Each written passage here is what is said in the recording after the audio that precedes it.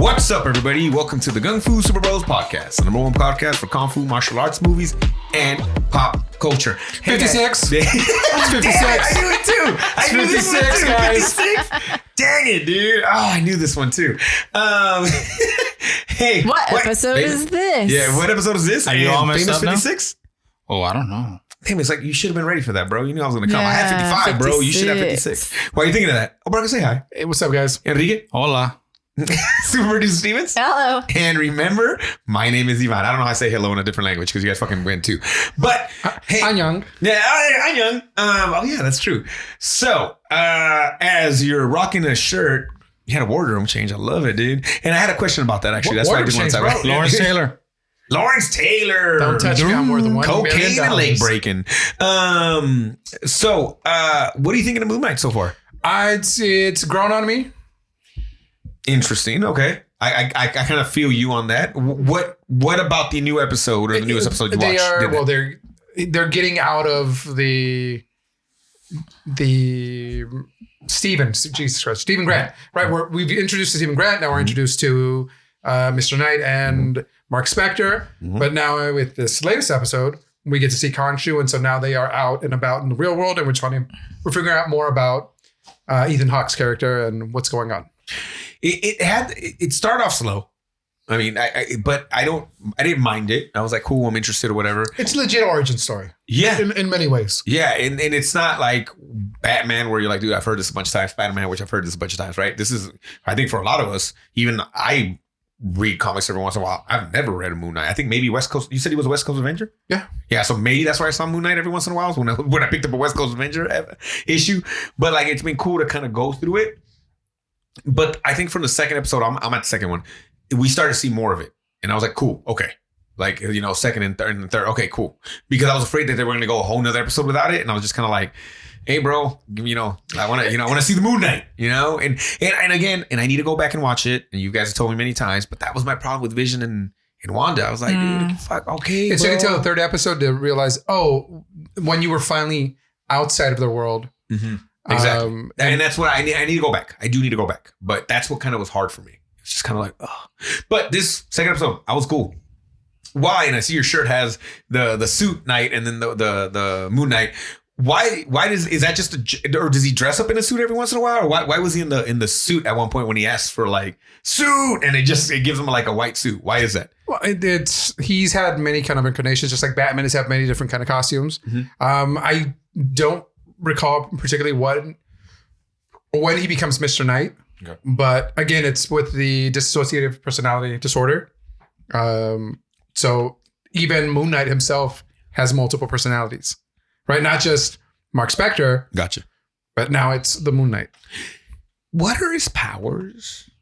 He's got the power to kick some ass, bro. He does. Well, you see in third episode that he's got healing powers. Okay. Like he can, like bullets don't really pierce him in the suit and stuff. He's a lot like Lady Blood Fight.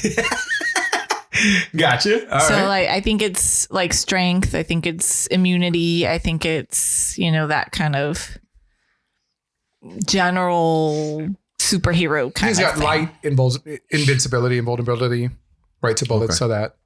Yeah, because I'm like, so far I'm like, okay, I kind of see what he's doing, but I don't know exactly what he can do or can't do, So it's going to be kind of interesting to go through that. You see a little bit more in episode 3. Who's our villain in this? What's his name? Harrow. Yeah, but what's the actor's name? Ethan Hawke. Ethan Hawke. Okay, I was thinking, is it Ethan Hawke? I'm digging it. Yeah, he's kind of a cult leader, creepy, right? Like he's kind of. I'm into that. You get more of him also in the next episode. I feel like he would have like some sort of camping retreat. Yeah. You know what I'm saying? Mm-hmm. Where they wear all white, maybe? And they'll probably make a shitty movie about vampires. How dare you, sir? Is that out? Morbius is out. It is amazing. It is more horror than superheroes. I wish they would have just made a vampire horror movie with Morbius. I have not watched it. This is shit off the internet. Is it bad? I know that's honestly, people are saying, like this is kind of a very atmospheric horror movie. Mm-hmm. And it kind of sucks that they try to pigeonhole it into the Marvel universe. So that's the Sony Marvel. Because it kind of would have been cool if it was not Marvel related. its own thing. It's its own thing because he's playing this character, and you're like, okay, that's kind of cool, but then how does this fit in with what's been established already? Yeah. Is Morbius a Sony Marvel thing? Or it's a Sony Marvel thing, yes. So if a character appeared in Spider-Man, Sony can use it. Gotcha. Okay. Yeah. That's why we're getting Kraven the movie, because guess what? Kraven. And you're like, Kraven doesn't need his own movie. Yeah. He needs to be hunting Kraven. Spider-Man. You have no idea who the fuck that guy is. What have you been thinking about Moon Knight, Enrique? I've only seen the first episode. Oh, you're still on the first one? Yeah. Okay. Yeah, I'm digging it. I'm excited to watch. I need to watch the new one. Get more like, because it is different and it's slower, but like the third one, I feel like I've bought in a little bit Now more. they're away. Yeah. I'm no longer in London. I'm no longer in that Latveria. People think that he might be in Latveria. Really? In that little town. Yeah. Okay. So you're out in the world, as you're saying. You're just not stuck in one place. Well, now it's more It's not necessarily the mummy, but it's more Egyptian. Yeah, and it's like a mystery. Like they're on the chase. It's Death on the Nile. Because now you're on the time frame of we got to go stop him. We're in the second act. Yeah. Of this, right? 'Cause it legit is now the second act because we only have 6 episodes. Yeah, it's true. So we're halfway done with the Holy series. shit, you're halfway done with the series. Yeah. Which I kind of like, because we were saying the Marvel shows, you're like, this is 14 episodes. And you're like, I don't care. It moves like once you get watch episode 2, it'll move a little bit. Yeah, and if you can watch 3, it'll pick up even more. Because that's right. You're in act 2. You're starting to be like, oh shoot, this is what I got to do, and you could start to go do. Yeah. Check it out. It seems pretty cool. On another news, Enrique and I we're fucking 100% in this F1 shit, guys. Bro. We're in, bro. To what? We're F1 fans, bro. I'm start wearing F1. those obnoxious Ferrari hats that you always used to see people, and you're like, that's a kind of a douchey hat. I'm gonna become that douchey hat, and I'm gonna wear really tight like windbreakers, and the shirt's gonna be tucked in, which is fucking weird. And the shoes. You gotta get the shoes. Oh, they're gonna be Pumas, and they're gonna look fast. But no, yeah, we have actually exciting news. It's coming to Vegas next year. So, and all because of the damn show on Netflix, I got into this shit, and I've been watching the races every weekend. And next year they only had, usually it's one race in the United States a year. This year, because of the Russian race, they got 2. So they got Austin and they got Miami. And now we next year I think are getting. You're saying it's 3, right? You're saying it's added on. So I don't know if they're adding another week to the season. I don't know how that's going, or somebody's losing it. But Vegas, man, and they're gonna race through the Strip. Like it's gonna be part of the track or whatever. It'll be a night race. It'll be a night race. How is this different than what happened in Long Beach? Okay, so Long Beach is just the American version, which is a Grand Prix. Okay. So it's only American. I don't know if it's only American races. But it's the same cars. Same style. Same style of cars. But I think a lot more money. Same open wheel style of cars. The sexy car from Cars. He's like, his wheels are so open. Oh. He's like, but the show honestly did a great job of getting me in, like being like, okay, this is cool, but it's sport. It's fucking cool. It's all about knowing who you're watching, right? It's like golf. You can get into golf if you know about the golfers. I guess. Mm-hmm. Right. Like when Tiger was Tiger, you watched because of Tiger, because you knew who Tiger was and this and that. I did. I I would snip through chest like, oh, Tiger's playing. I did too. I want Tiger to whoop these fools' asses. Like, and look at where's your hero now? Where is your king? He was just in the Masters. Yeah. After how many years? That's what's kind of badass. So he was back. He almost lost his leg, bro. Oh no! I was a piece of shit to my family and to everybody else, but I put one ball in the fucking hole. Who was he a piece of shit to though? He was a piece of shit. Was and he he's really? always been. People on YouTube, Google him, figure it out. I thought he was a badass. I love that he came into the sport and just kicked the shit out of it, dude. And they hated him for it. Yeah, especially as a black man. Yeah, they hated him because he was of color. Well, they're like, we'd rather have this fat guy.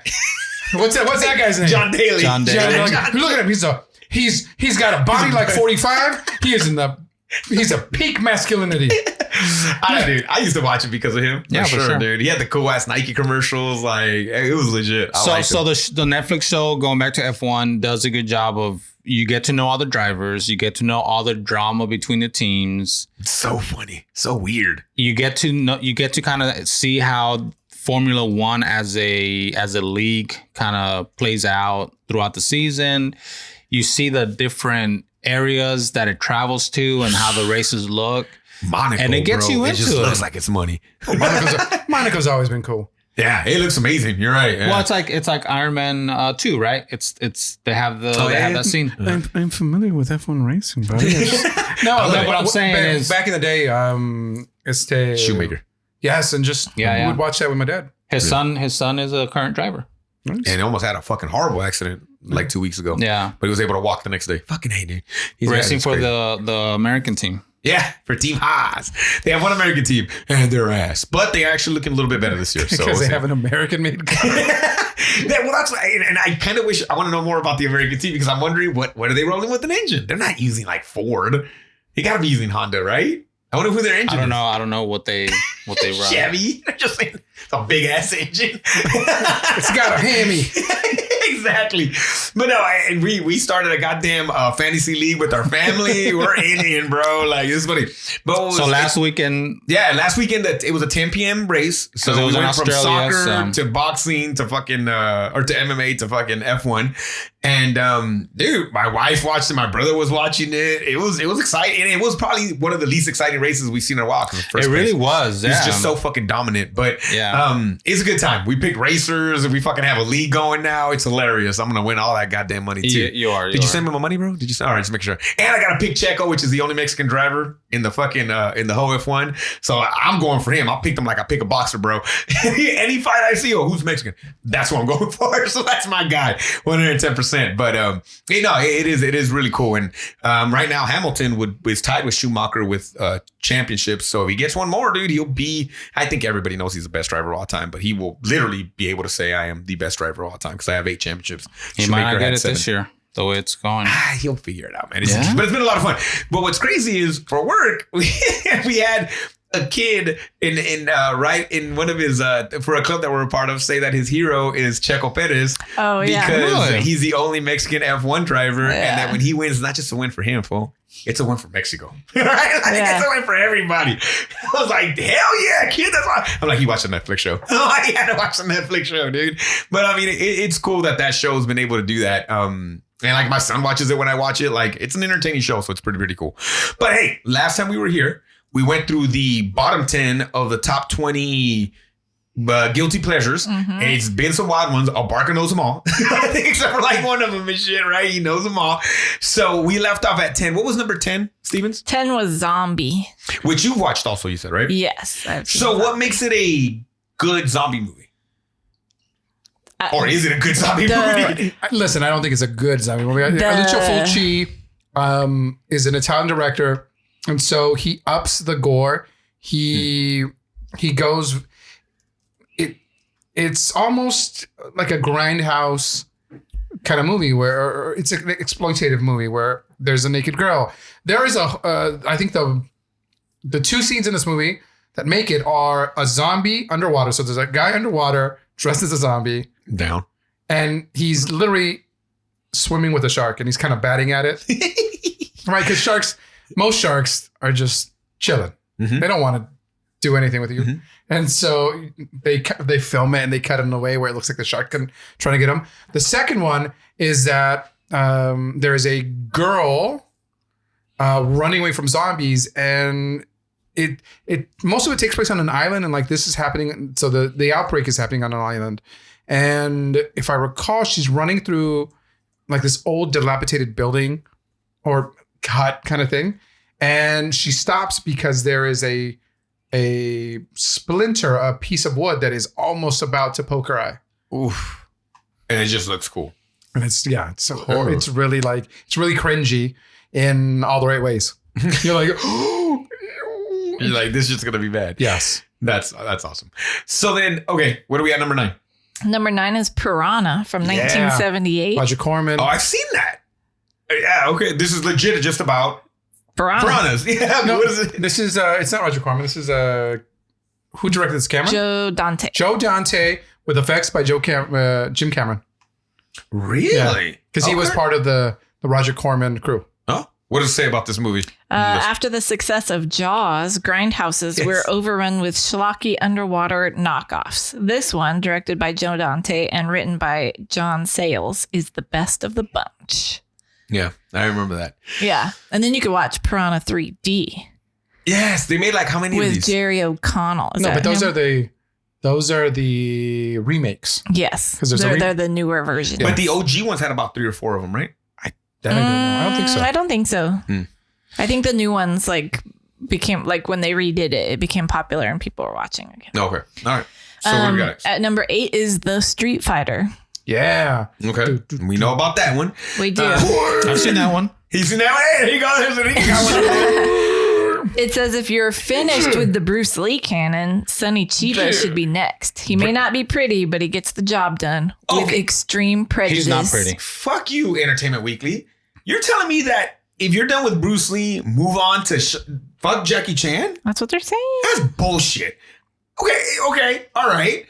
If somebody only watches Bruce Lee movies, who would you He tell me to points watch at next? you like, I know. Your list, I didn't goddammit, write this Stevens. list. You looked up this goddamn list. I looked up the title ones. All right, it's your fault. I would say go to Gordon Liu, then go to Chang Che, then go to Jackie Chan, Just then so you many go to other Jet people. Li, then you go to Donnie Yen.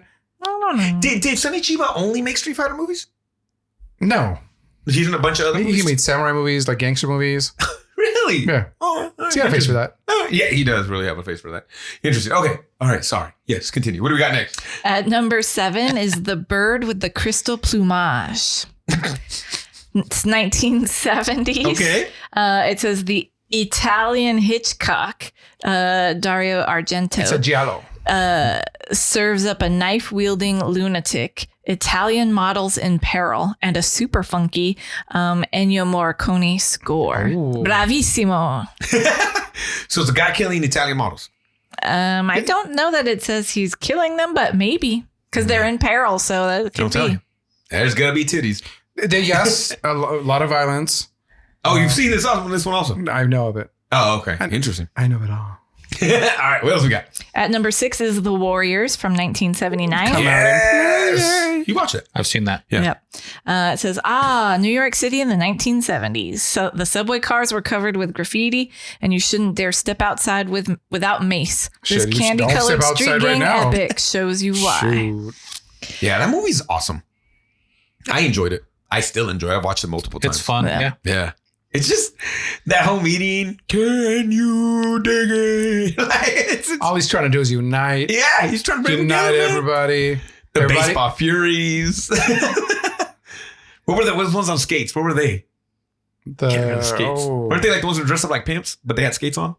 yeah. Oh, there's multiple gangs. They're all themed. It's so good. And then, of course, you get the Warriors come out and play. There's 21 gangs featured. in the 21 movie. gangs Whoa. featured in this movie. The All right. Grammar C Riffs, the Rogues, the Turnbull ACs, the Orphans, the Baseball Furies, the Lizzies are the girls, Okay. the Punks, the Boppers, the Hurricanes, Hey, I hate punks. the Hi-Hats, the Electric Eliminators, The hi-hats? the Saracens, the Jones Street Boys, the Savage Huns, the Satan's Mothers, the Boyle Avenue Runners, the Moon Runners, the I wanna be Van part of the Satan's Cortlandt Mothers. Rangers, the Panzers, and the Gladiators.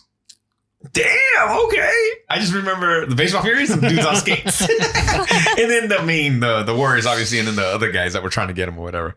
And the Warriors from Coney Island in that movie, yeah? I think. Which my wife, in her last trip to New York, they went to Coney Island. She says Oh. never again. I've heard it is not what it used to be.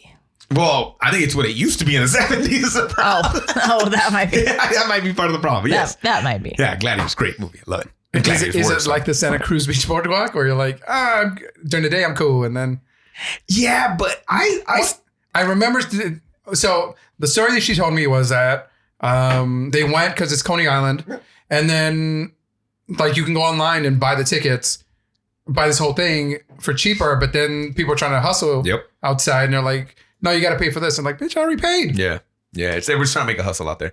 I don't know. Santa Monica's just, you're right. I see what you're saying, but I don't know. I've walked around there at night. It just becomes a big swap meet now. That's all Santa Monica's become. It's like a big swap meet. It's interesting. There's like everybody's selling the same damn thing. Food cups and bracelets. Yeah. And hot dogs. That's what everybody's selling. I'm like, but in that park. In the park in front. No, they go into the pier now. Now they.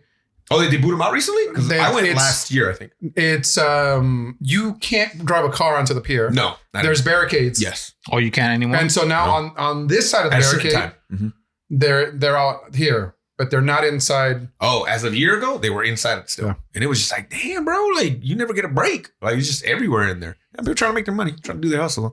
Oh, and the Warriors also had a great Xbox game too. I played. I never played it. That was a good one. That was a cool game. You play as the Warriors. You got to go make it to Coney Island. It's pretty cool. All right. What else we got? Number 5. Something new. Number 5 is Dawn of the Dead. That's the OG. From 1978. Okay. 78. Okay.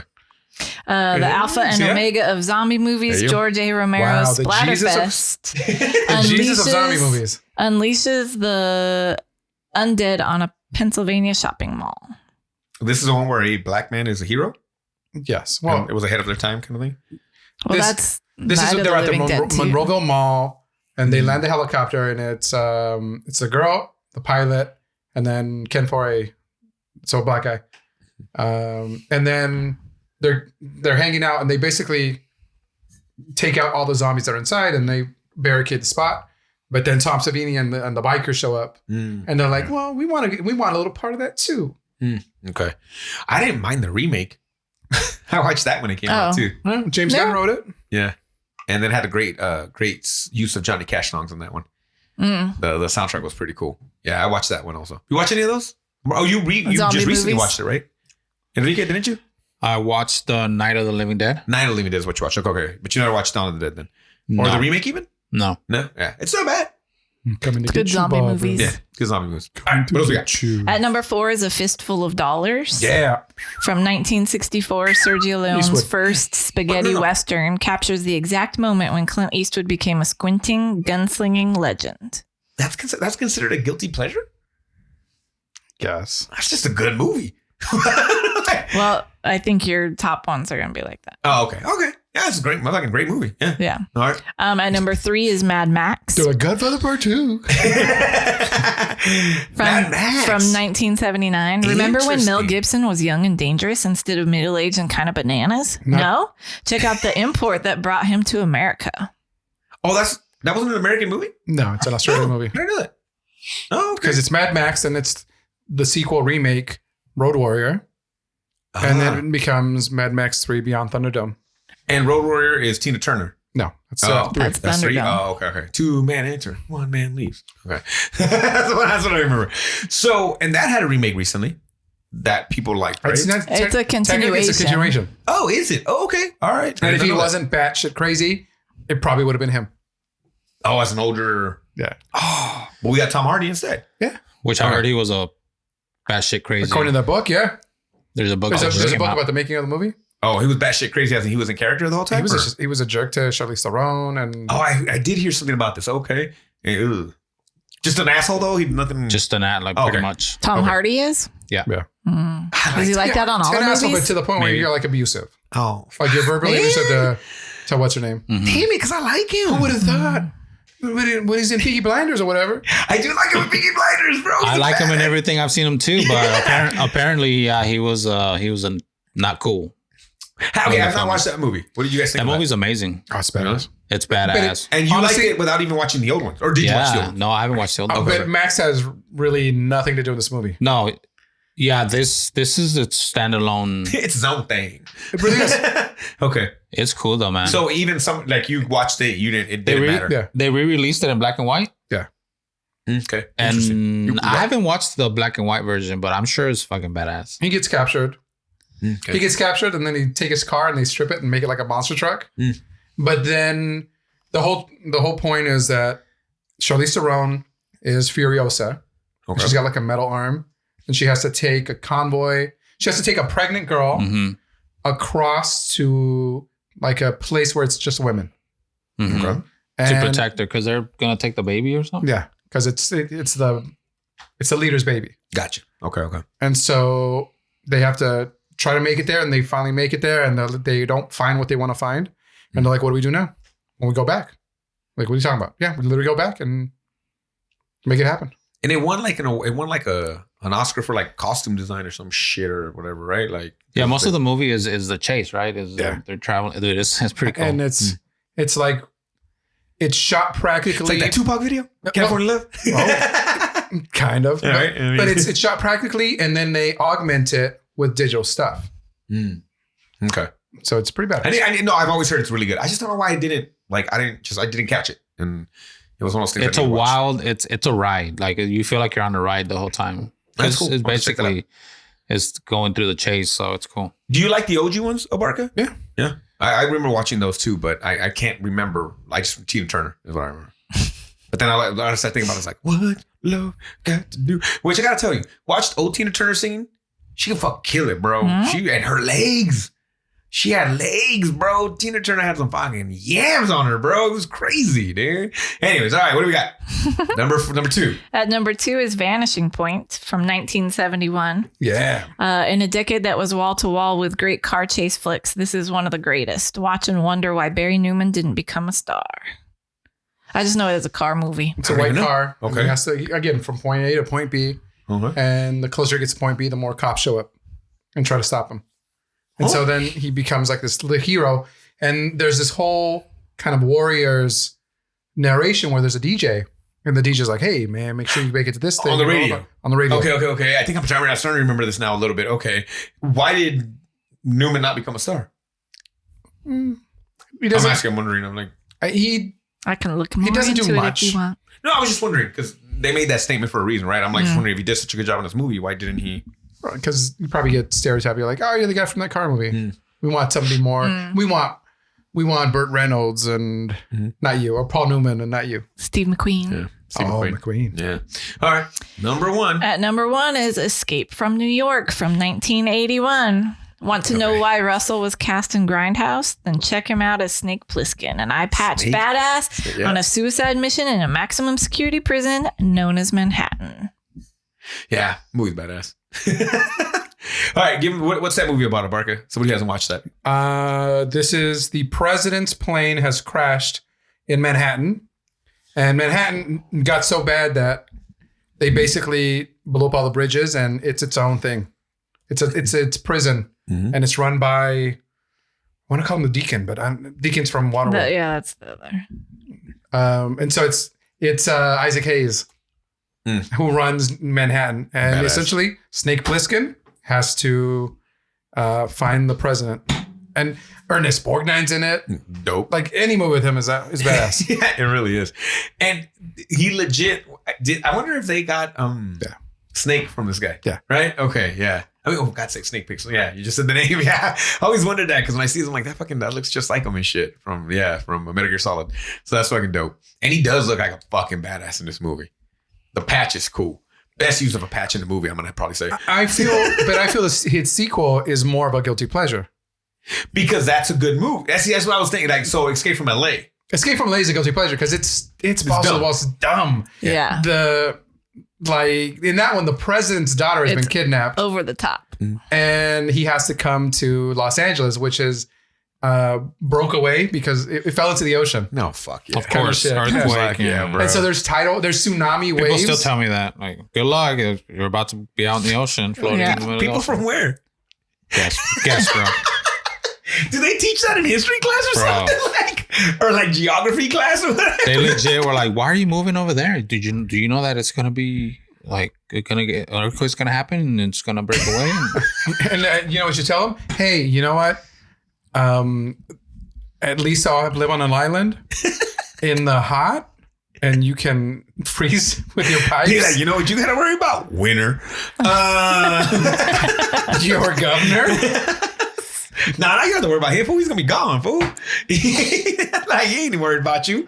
But anyways, okay, so I guess that's what I misunderstood. Yes. I would have thought the second one. Yes, because that movie has not Paul Newman, but it's got Bruce Campbell's in it. Bruce Campbell's in it. Oh, he's a plastic surgeon in Beverly Hills, and he looks like a cartoon because he's so like perfect. Oh, that's crazy. Pam Grier's in it.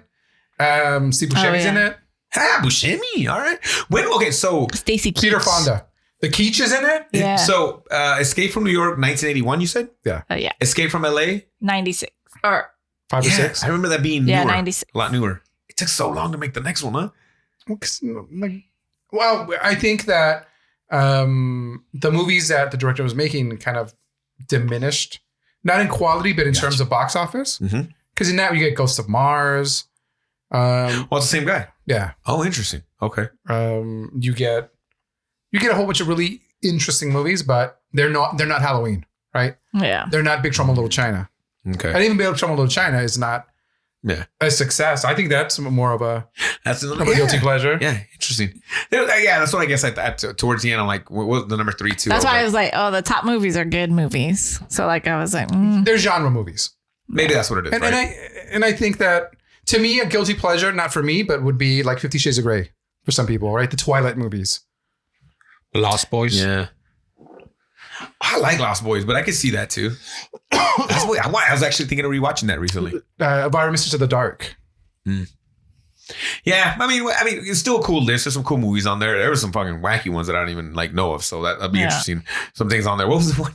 The one with Pam Grier. I was like, I gotta watch that. The Big Bird. Big Bird Cage. Big Birds in a cage. Okay, so that was a cool list. Hey, a little side note, Enrique. You know that Captain Marvel's joining the. I saw that. Yes, I did see she's joining the Fast and Furious franchise. The family, bro. You said the family. That's it. That's all you gotta say. The what? The what, America? The family. She's joining. How many more of these motherfuckers? That's it, right? That's 10. the last one. She'll be in 10 And that's it? of this timeline. The Rock's, look, here's the thing. The Rock's going to make his own movies and they're going to spin them off. Yeah, okay. I mean, I hope they make more of Hobbs and And Shaw. there's supposed to be an all-female one too. Oh, okay. Which they're probably going to set that up in this one, right? That's when she'll Captain probably Marvel comes in or something like that. She's like, now join my family. Her weapon? Family. Yeah. I just saw that. I was like, okay. I did see that a couple of days ago. I think another guy here is like kind of a dick. Vin Diesel? Yeah. Yeah. Well, that was the whole problem with The Rock, right? Right. The Rock was kind of like the one guy to be like, nah, dog. He's the one that actually like stood up to him and was like, hey, motherfucker. He's like, hey, bitch. Yeah. Well, even as he's trying to apologize, he's like, yeah, no. Well, the whole, and I think, I heard that the way The Rock got started was legit taking the Vin Diesel movies that fool started turning down because he was Toretto, so he was too big to make those movies. So The Rock was like, I'll fucking make it. Like, yeah, bro. But what's stupid about that is Vin Diesel didn't even want to be Toretto anymore. That's why he wasn't in the second one. Moment of himself, huh? Yeah. He wasn't in the second one or the third one. He made a cameo in the third one, but best non-furious, not Toretto movie, but Vin Diesel movie. Pitch Black. Pitch Black. Pitch Black is dope. Him as Caparzo in Saving Private Ryan. Oh yeah, I forgot about that. He's Pacifier. in Saving Private Ryan. Stupid. Which one? The Pacifier. The Iron Giant. Oh hey. Is he the nanny in that movie? No, the Rock's a nanny. Oh no, Hogan's a nanny actually. But isn't that what the pacifier is? Is a nanny? No, he's an undercover cop, right? They're always some sort He's of a nanny, bullshit. bro. No, is it The Rock in that? It's Vin Diesel, right? The Rock did Tooth Fairy. Tooth Fairy. The Rock did Tooth Fairy. But they're all kind of like nannies they're all in the those, same right? movie, Yeah, yeah. okay. So like I'm a But cop yeah, or I'm on I the know. run. I think those are the three I did right not there. Pitch realize Black, that. which is dope as fuck. Pitch Black 2 was garbage, right, or something. The Chronicles of Riddick. Yeah, Chronicles Riddick. Iron Giant. I agree with you, bro. Iron Giant's fucking dope. Triple X? I don't like that movie. No. I was like, That's the one he did when he was supposed to do the He thought that was gonna take off like Yeah. Fast and Furious, and they're like, "We'll get Ice Cube." Do you count him as Groot? Groot. I mean, yeah. I mean, I guess if I count him as an Iron Giant, right? I mean, like, But Iron Giant, he has lines. that's true. You're right. That is true. And then Saving Private Ryan. I forgot about that. That's really, really cool. I was just trying to think about it because, I mean, now I just know him as Toretto, right? The But, I mean, Return of Xander Cage. he did do some other stuff before then. Wasn't he like a Knockaround Guys or something?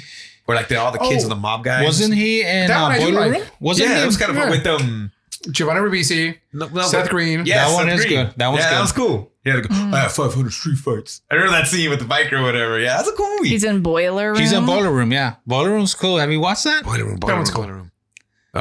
What is Boiler Room about? Drop the blank here. It's Stock market? Yeah, Wall stock Street. market. It's Yeah. like Wall Street. Street. Okay, And got then it. they're young guys trying to get in. Got you. I don't think I've ever watched that movie, to be honest with you. That one's good. Okay.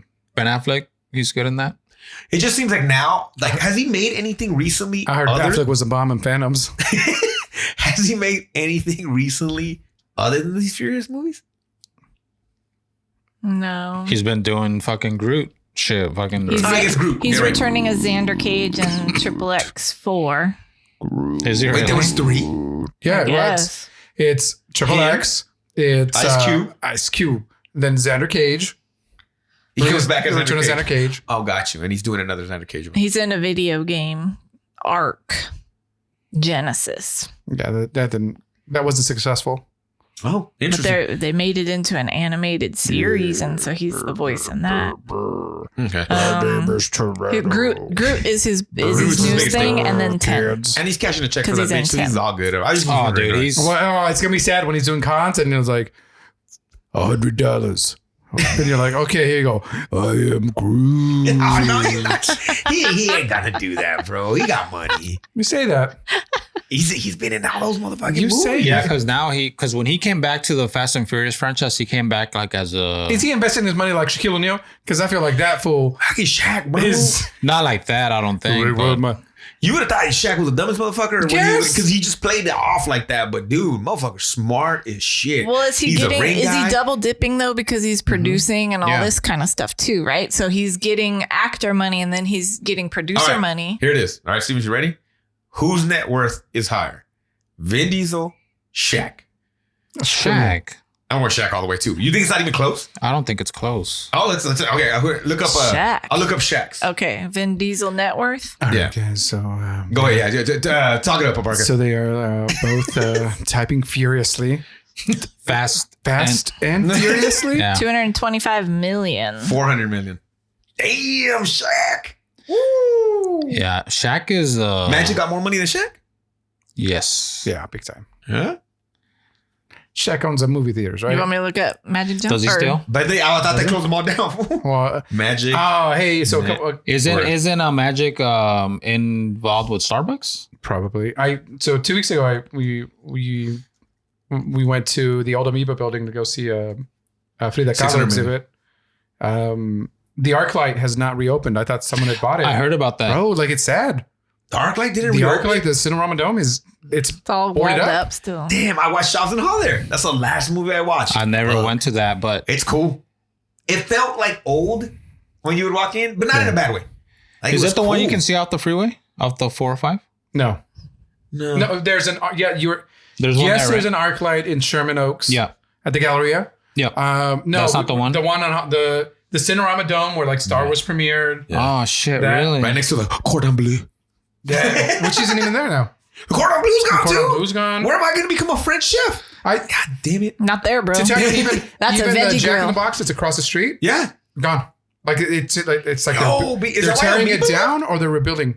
Is that why Amoeba left then? No, Amoeba, they wanted more money for that space and they're going to sell the building supposedly. Oh, gotcha. So I don't know if they sold it and now they're just renting it out to these exhibits. So in this little this little corner, Jack in the Box was not an institution, but it's a Jack in the Box. You never close the motherfucking Yeah. places down.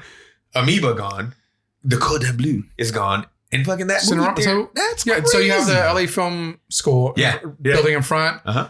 No, so like we ended up walking around and we found an oddities shop, but like dude, we're there super early for LA, right? So it's like 9 o'clock, 8:30, 9 o'clock. So we're like, all right, nothing's open. Let's just go chill and walk around. So we literally walked from Sunset up to Hollywood Boulevard. Off of like we went up Cahuenga, or not Cahuenga, but the one next one over, Iva or something. And then we went to Hollywood Boulevard, walked there, said hi to a bunch of crackheads and homeless people. I'm like, hey, what time is it? Oh, it's 9 o'clock, bro. 8. Hobbs and Shaw was pre-Rona, right? Yeah. Okay. Yes. So Hobbs and Shaw, last movie I went there. And you know what? So even pre-Rona, I remember that we were like, oh, let's go get something to eat.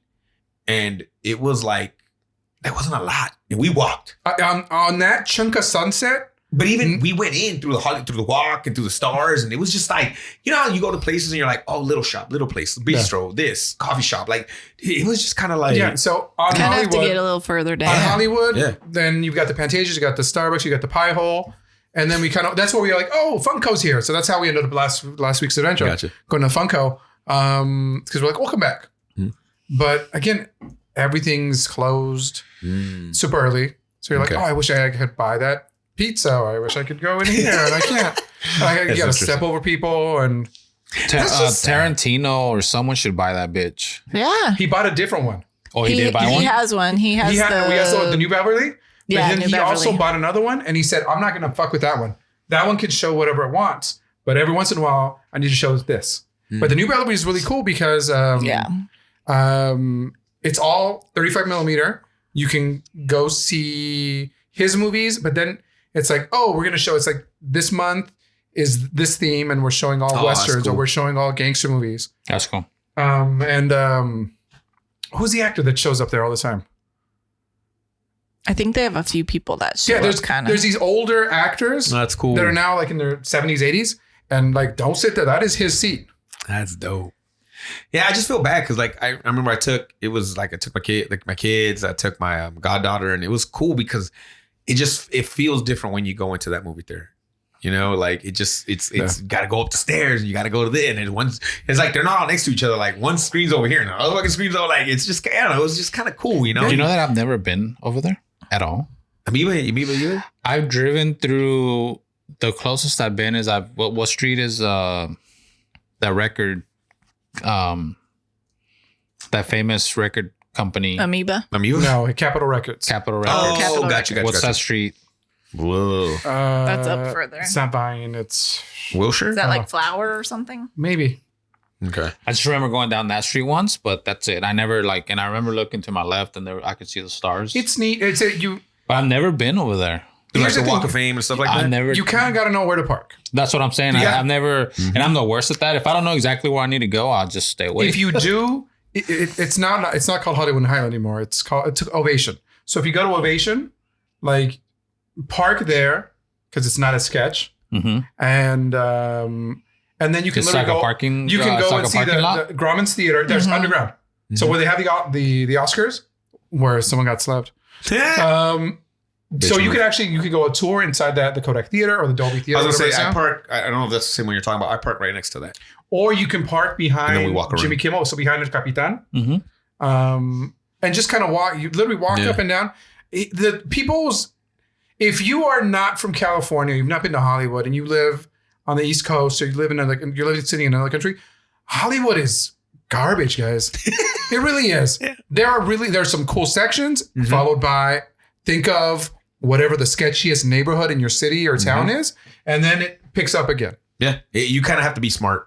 Make sure you're there in the day. Because I took nothing but kids, right? And but it was cool. We found like Muhammad Ali's star. We found like some cool stars as we were walking. You know, we went to it was a Chinese Man Theater, right? Saw the hands and the feet. Did that. Did those things. And it was cool because for my kids and my goddaughter, they'd never been. So it was kind of cool to show that or whatever. But is there a lot to do there? No. If you want to go to Ripley's, you want to go to the Wax Museum. Yeah. They have Madame Tussauds. Yeah. Uh-huh. But once you pass that, on that side, on the left side of that, not a lot. If you keep going up, it's sketch. So you can see, here's Fredericks of Hollywood. You're like, oh my God. Oh, you know what we did? We went to the old Max Factor building.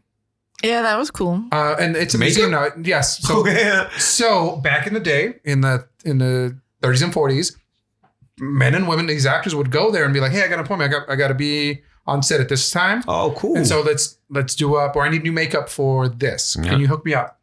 And so now it's a museum. And so it's a museum about what the Max Factor building is. And if you go upstairs, there are like props. Oh, that's cool. And so, so if you go to the top floor, they've got the DeLorean, they've got the Batmobile, they've got all these really sci-fi cool props. If you go downstairs, it's a horror theme. Ooh. And so downstairs, they took the sets not from Red Dragon. So they have Hannibal Lecter cells. And you can sit down and there's nobody in there. Ooh. You can sit at the chair. Like you're Cody Shaw and you're like, Dr.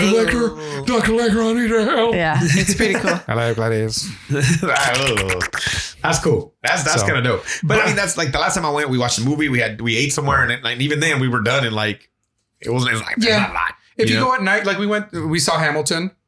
Like the Pantages and where Funko is okay. Then there's a big stretch in the middle that you just kind of walk fast. And then you get back to like where El Capitan and the mall and all that kind of stuff, like those museums. And then past that is probably not that great either. But guys, So you just, speaking about stars making a comeback. Mm-hmm. Hey, so our movie for this, we're taking a break. I don't know what we were doing. Yeah, we're at 45, jackass. Hey, you guys were talking about this shit. I didn't bring it up. I'm sorry that I love the Hollywood glitz and glamour. I was letting you go, bro. I thought you were going to keep talking about it. My bad. But hey, we will check out Fistful of Vengeance after this break.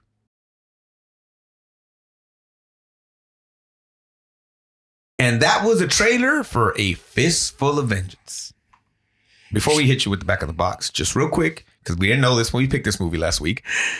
This film is actually a follow-up to a 2019 one season TV series. But was it here or was it just for Netflix? It's for Netflix. Okay. Called Wu Assassins, which I'm not telling you need to watch it. I started watching it. I'm like, oh, that's why he's cooking all the time. But like, it's not, I mean, the guy kind of sums it up pretty well at the very beginning of this movie. But if you're interested in it, if you liked it, check out Wu Assassins. You probably saw it as something to recommend it when you watch Netflix, but it is, I guess, a prequel to this.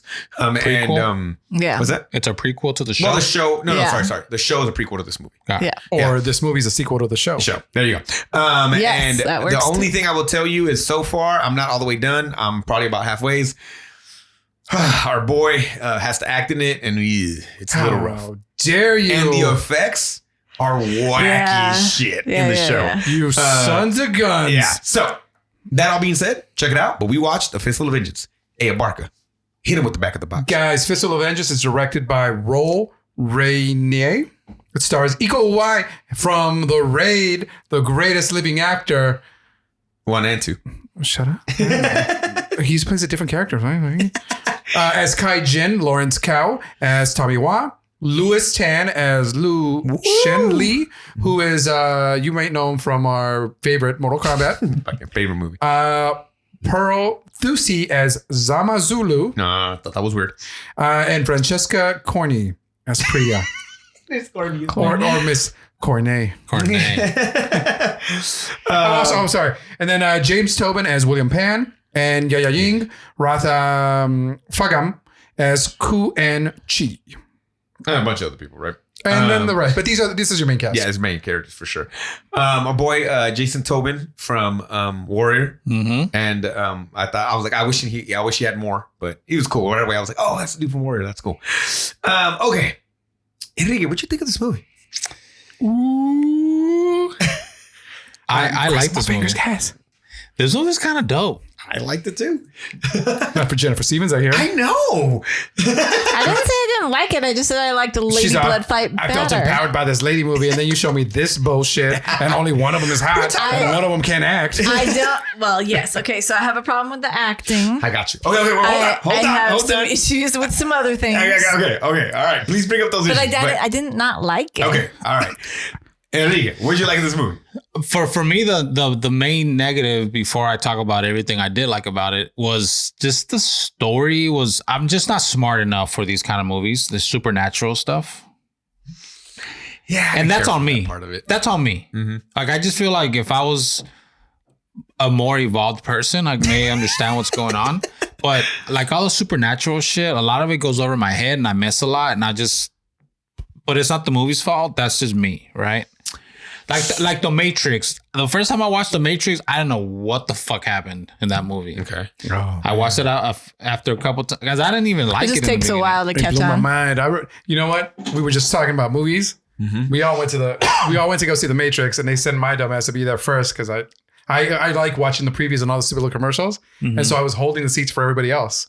And then these fuckers don't show up on time, and so then I'm like, oh. Anybody seen? Oh yeah, no, I'm saving these. And so my row kept filling up.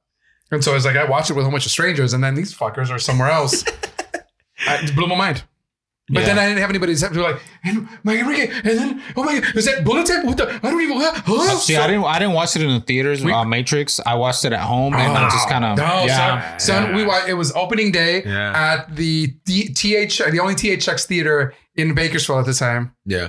Yeah, that is a good movie. On the east side. Sorry, a movie theater movie. Mm-hmm. Like it is. It's big. It's awesome. So, so before you continue, Crouching Tiger, Hidden Dragon, was that too much? No. Because Crouching Tiger, Hidden Dragon is... it's a fantasy. It's just the way they move, the way they fly around. Gotcha. Okay. This was more like there's crazy shit. Like they have powers that I just... Like, why is that happening? Why are you able to do that? And a lot of the Kung Fu, because I was thinking like a lot of the Kung Fu movies we watch have a little bit of that, right? But it's not like so prevalent as it is in this movie. Mm-hmm. This movie goes for it. And the show fucking goes for it too. I might Watching the show, you might understand more of what's happening in the I imagine movie. so. There's more. Okay, except for the fact that he says at the beginning of this movie. Okay, we'll talk about that right now. Okay, so what you didn't like was the fantasy part or the supernatural part of it. Yeah. The supernatural. Okay, what did you Which like? I like supernatural stuff. I just a lot of the story stuff goes over my head, and I just miss a lot of it. So Yeah, that's fair. But the cinematography in this is fucking amazing. I love like it reminded me of if you guys have Apple TVs when it goes into the screensaver and it has a lot of over the city shots. Yeah. It's just like beautiful shots. Yeah. This movie is full of those shots of wherever they're at. Where are they? They are. Oh my god, dude! I want to go to Bangkok. Yeah, Bangkok and what was the other city we want to go to? Oh shoot! I know. Come on, from that shitty It's movie on we my- watched, guys. Macau. Macau. Oh, Dude, Macau, yes. We got to make a trip to both of those places. Like when this shit pops up, people, we need this shit to pop off so we can do on location fucking podcasts, all right? Because we need to hit those places up. But yes, very cool too. Cool right. shots of the city over this, like that car one to the parking structure to the yes, that was badass. That was badass. These like drone shots. Yes. In the movie from last week, there was a drone shot that I liked when they're on the rooftop and they go from a medium and it just pans out and they are going over the building. Yes. And I was like, in the cool, beginning, yeah, right? in the beginning. Yeah. Dude, that building was cool. Is that a real building or not? Right? You can't structurally build something like that, or can you? His building? The building with the missing shit in it? No, you could build some That of that. shit look cool as fuck. But to me, it seemed like a mat. Okay, that was fucking cool though. I like that building. But yes, every single location they're at was cool. It just looks cool. The simplest one was in the hotel when they have the meeting. Yeah, but then that leads to the chase, And the chase is out the badass. parking garage and all that, and it zooms. Yeah, it's just this movie is full of shots like that, and it just looks so fucking cool, and I love every single minute of it.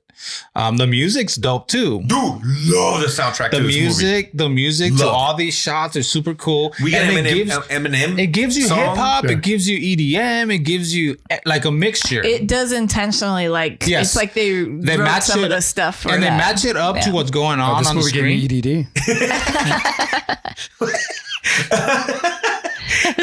So I will tell you, I've always thought that hip hop, it's a Wu-Tang is a fucking perfect example, right? I always thought this shit just the two things I love when they come together. I think that's why I love Wu-Tang Clan so much. But I always remember that fucking, we need to watch that one day, that Jet Li movie. I think it's called Dragon, isn't it? And he fights a guy and that Neptune song comes on. And it's fucking one of my favorite fight scenes ever because it's like, he's like, let's go. And it's like, boom, song just drops and it's total hip hop. And you're like, fuck yes. Like, why don't we have more like scenes like this? The Defenders. Yeah. They're about to fight underground. Yeah. Wu-Tang hits. I'm like, yes. Yeah. Why is not every fight scene edited this way? Like, I love it. So This movie does it a lot. does a lot, and it fucking I think works. we get a what's that rap group with Killer Mike? Run the Jewels. Is there a Run the Jewels song? Maybe. It sounded like the other guy, not like Killer Mike, but the other guy. I thought it was a Run the Jewels. But I looked in Apple. I was trying to look for they have the movie soundtrack, but they don't have a soundtrack. So I don't know. I was thinking about that too. But anyway, sorry, continue. Yes. I'm a big fan of EDM. And I've heard about this. That fucking fight scene at the end with when they with the EDM music in it. Which one?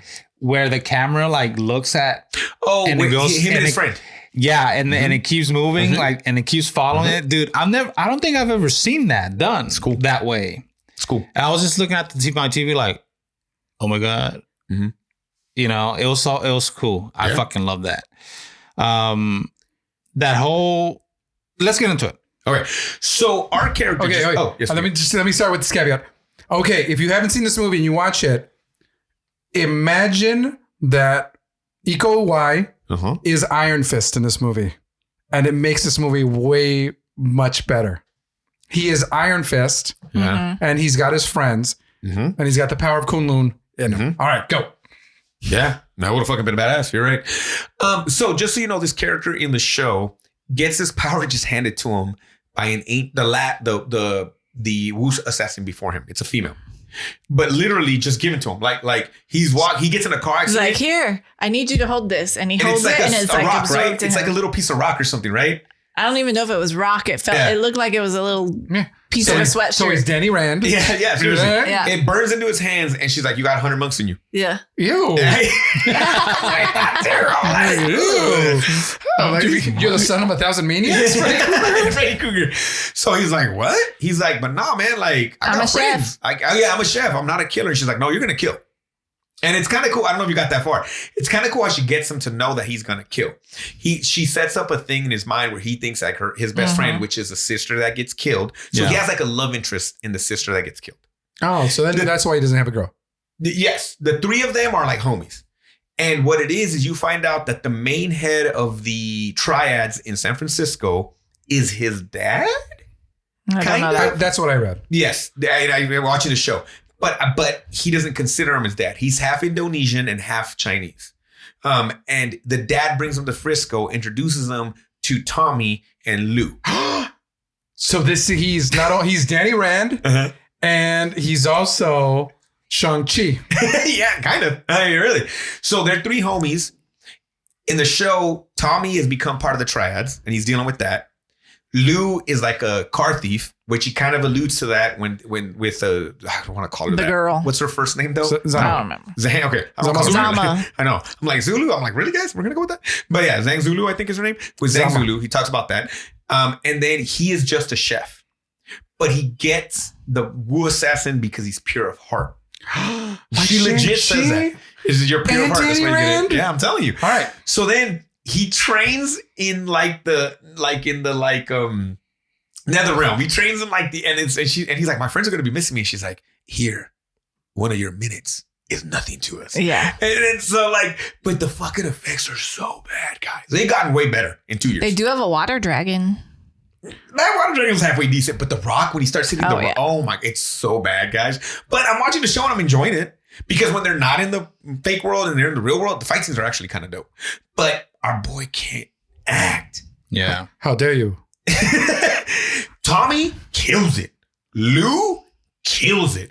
Jenny kills it. She's a badass too. She has fight scenes with sister. Why wasn't Lou in Mortal Kombat? Why didn't we get that in Mortal Kombat? I don't find him. Okay, so I'm gonna answer your question by asking a question. Louis 10. Yeah, Louis 10. Louis 10. Does he make it into your top 3 sexy dudes? Oh, and my top after 3? Sexy dude. Just so we can go through that list, I'll go through it. I have it on my computer. I don't know if he's Hold on, I'm top getting to it. 3. It's encrypted. It's encrypted, guys. Number 1 on your list of hot dudes in movies is Wheels on Meals, Jackie Chan. Number Was that 2. my number 1? I don't know. I'm just making this shit up. Oh, okay. Number 2 is Shang-Chi. No, actually, I think he was number 1. Simu Number 2 was Jackie Chan. And number 3 was the sheriff from The sheriff's Unforgiven. cute, but so after we talked about this last week, Okay. I went and like wrote lists down because the other dude that was really hot It was the one from the Donnie Yen movie. Yes, is which the The bad guy from the bad group from the bad Yes. when he's cleaned up. When he's cleaned up. You thought yes, he was. Okay, so from what was was that? that? I wrote down. Hold on. That shit movie we watched too. What was that one called? Was that Killzone or was Yes. that? No, it was Killzone has No. It wasn't the Killzone. dude from Killzone is Was cute. it the teacher one? It's No. Raging No. Fire. Raging No. Fire. Raging Fire. Yes. I was like, The Raging Fire yeah. dude was pretty hot too. Okay, so does Louis Tan crack Make that? top 3 though. See, that's They have to tricky. knock out one of those Has guys. to knock out one of those guys. Sorry. I'm saying yes. He is attractive, dude. He's tall, he's tall and pretty and handsome. the scars that he's got going. Yeah. Look, and he's a cocky son of a bitch. I know when he's sitting in the diner in the episode 1. Yeah, dude. He's a badass. You gotta I put don't him know in. if he'd break top 3 though. You gotta put him in front of Shang-Chi. I feel like. Yeah, he's way cooler than Really? Shang-Chi, dude. I don't know. I've watched him on talk shows and stuff. Well, you I'm gonna stop it. You're not gonna fucking marry the guy, Stevens. Jesus I'm not Christ. marrying any of these dudes. I'll be lucky if I get a picture with any. He's gonna Personality. He's gonna wait an hour. Fucking other guy's just gonna be like, what? You know, like I'm saying he's top 5 at least. Yeah, he's probably in the top 5. Okay, all right. I don't know if I could go top 3. That's why I was like, okay. And I don't feel any of that. No, not at all. Not at all. No, I wouldn't even. Not at all, bro. And he's a main dude. But I think it's because I hate him from the get. But right? I think maybe he had 10 shows to find this character. So when we see him here, this is my first time I'm seeing him as this character. He's that dude. He's that dude. But he's that dude from episode 1, though, bro. But in Mortal Kombat, it seems like he's an afterthought. It's like we could have had the Mortal Kombat movie, and then you introduce another character. Sub-Zero was already cooler than him from the get. Scorpion was already cooler than him. He should have been Sub-Zero Reborn or whatever. Yeah. Okay. Interesting. Sorry. And then what is our top 3 lady one? What is it, Parker? Oh, it's Maggie Chung, Michelle Yao. Yeah. And then Cassidy. Oh, well, Cassidy's cute. Are we okay with that one? I'm cool. Enrique, you okay with that? Cassidy is your Australian. I don't know, but Janet Tran. But this Pearl. The Zama girl? Really? Oh, Zama. Oh, we got to talk about that. We'll get to, okay. Does Zama crack the top 3? Or do we go top 5? I thought Priya was pretty cute. Okay, we'll round it out right there. We'll go Maggie Chun, Michelle Yao, Cassidy. Oh, okay. What was it? Zhang? You liked Shu better last week than I was going to say, Cassidy. but that's just me because it seems like you guys were hating on Shu. I thought Shu was super cute. I like the bad girl. I was gonna say, I think the bad girl needs to be top 5, bro. Just out of respect. From from Lady Bloodflame. The master, not the girl. I was talking about the Russian chick. The sister. Oh. No. Take out the steel teeth from that all Mexican kids have. Take that off, and then She can keep them on. she can keep them on. So, there's cavities in her there. She has a sweet tooth. What about the? You can take her to go eat some cupcakes. Did you mention the girl from the Jackie Chan? Okay, we need top 5. Goddamn it! You saw? The Kathy mom. Wu. No. Yeah. Oh, Anita Mui. The sister. But she's a mom in the other one. Anita Mui. Yeah. No. Oh, okay. I'm sorry. From Drunken Master? Okay, you guys No. We need a goddamn top 5. Hold on. The one we just watched, the last Jackie Chan movie we watched. Yes. Okay. This is What's what it called? people enjoy. This is We'll have a conversation to happen. The dancer. Yes, the tiger. Tiger girl. I ain't feeling that. No. Okay. It's No. all. She looks like okay. So yeah. top 5 is here we go again. Maggie Chung, Michelle Yao. Hold on, but who's Maggie Chung? Maggie Chung. Maggie Chung's in there no matter what, bro. No. I know. I just want to She get was in Hero. Yeah. She's the the girl one that jumps off. No, that's Zhang Xi. She's Zhang Xi.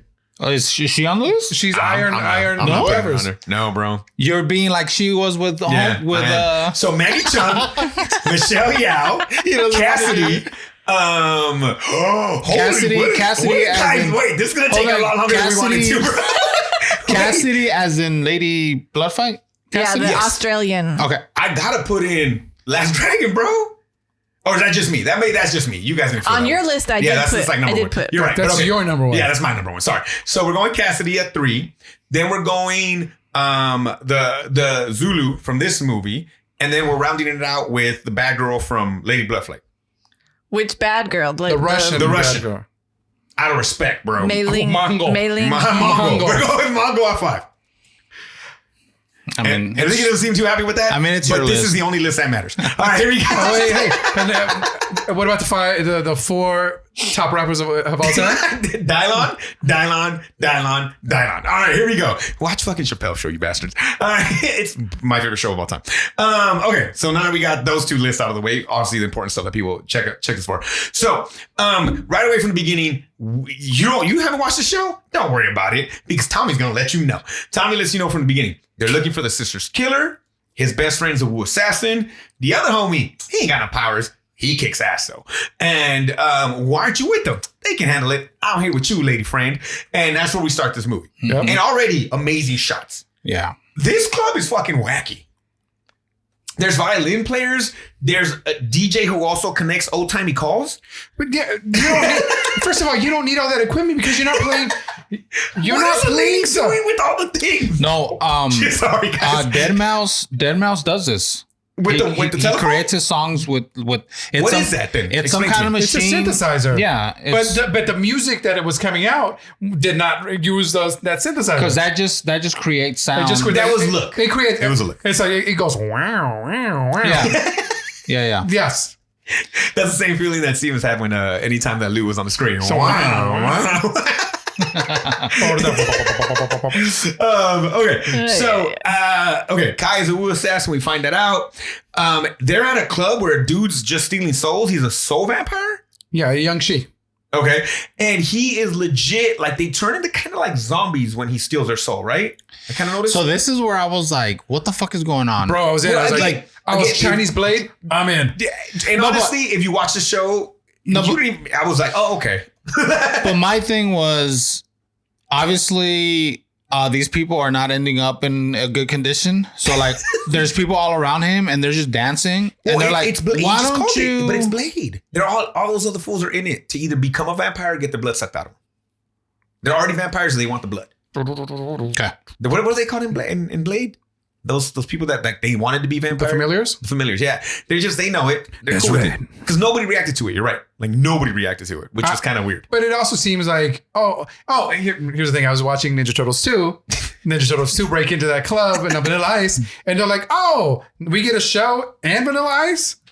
So some of those people are just like, oh, this is part of a show. It's like a stunt show and There's a club. fucking lady playing the violin. There's a lady making old timey calls. Like, what the fuck? Who gives a shit? It's part of the fucking She show. wasn't bro. making old timey calls, bro. Operator. What's the phone number? That's what she was She's taking requests. KO5? Yeah, wait, the number was like 37. When she just was punished. That's what she was doing, fool. Fucking tell me what I saw with my own Anyways, eyes. I wanna stop in the Vanilla Ice.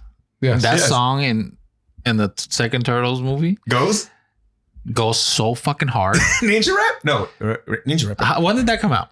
Yeah, but it's also he also took it from the Knicks. Like that's how they warm up, right? Or like when they're when they're like their rally monkey scene. Go Knicks, go Knicks, go. Is that what it is? Like go New York, go New York, go.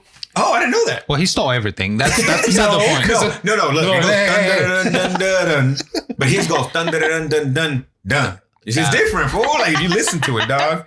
I mean, you got to collaborate and listen, fool, to make sure. All right. So then they're out there stealing souls. Already from the top. I like the fight scene right there.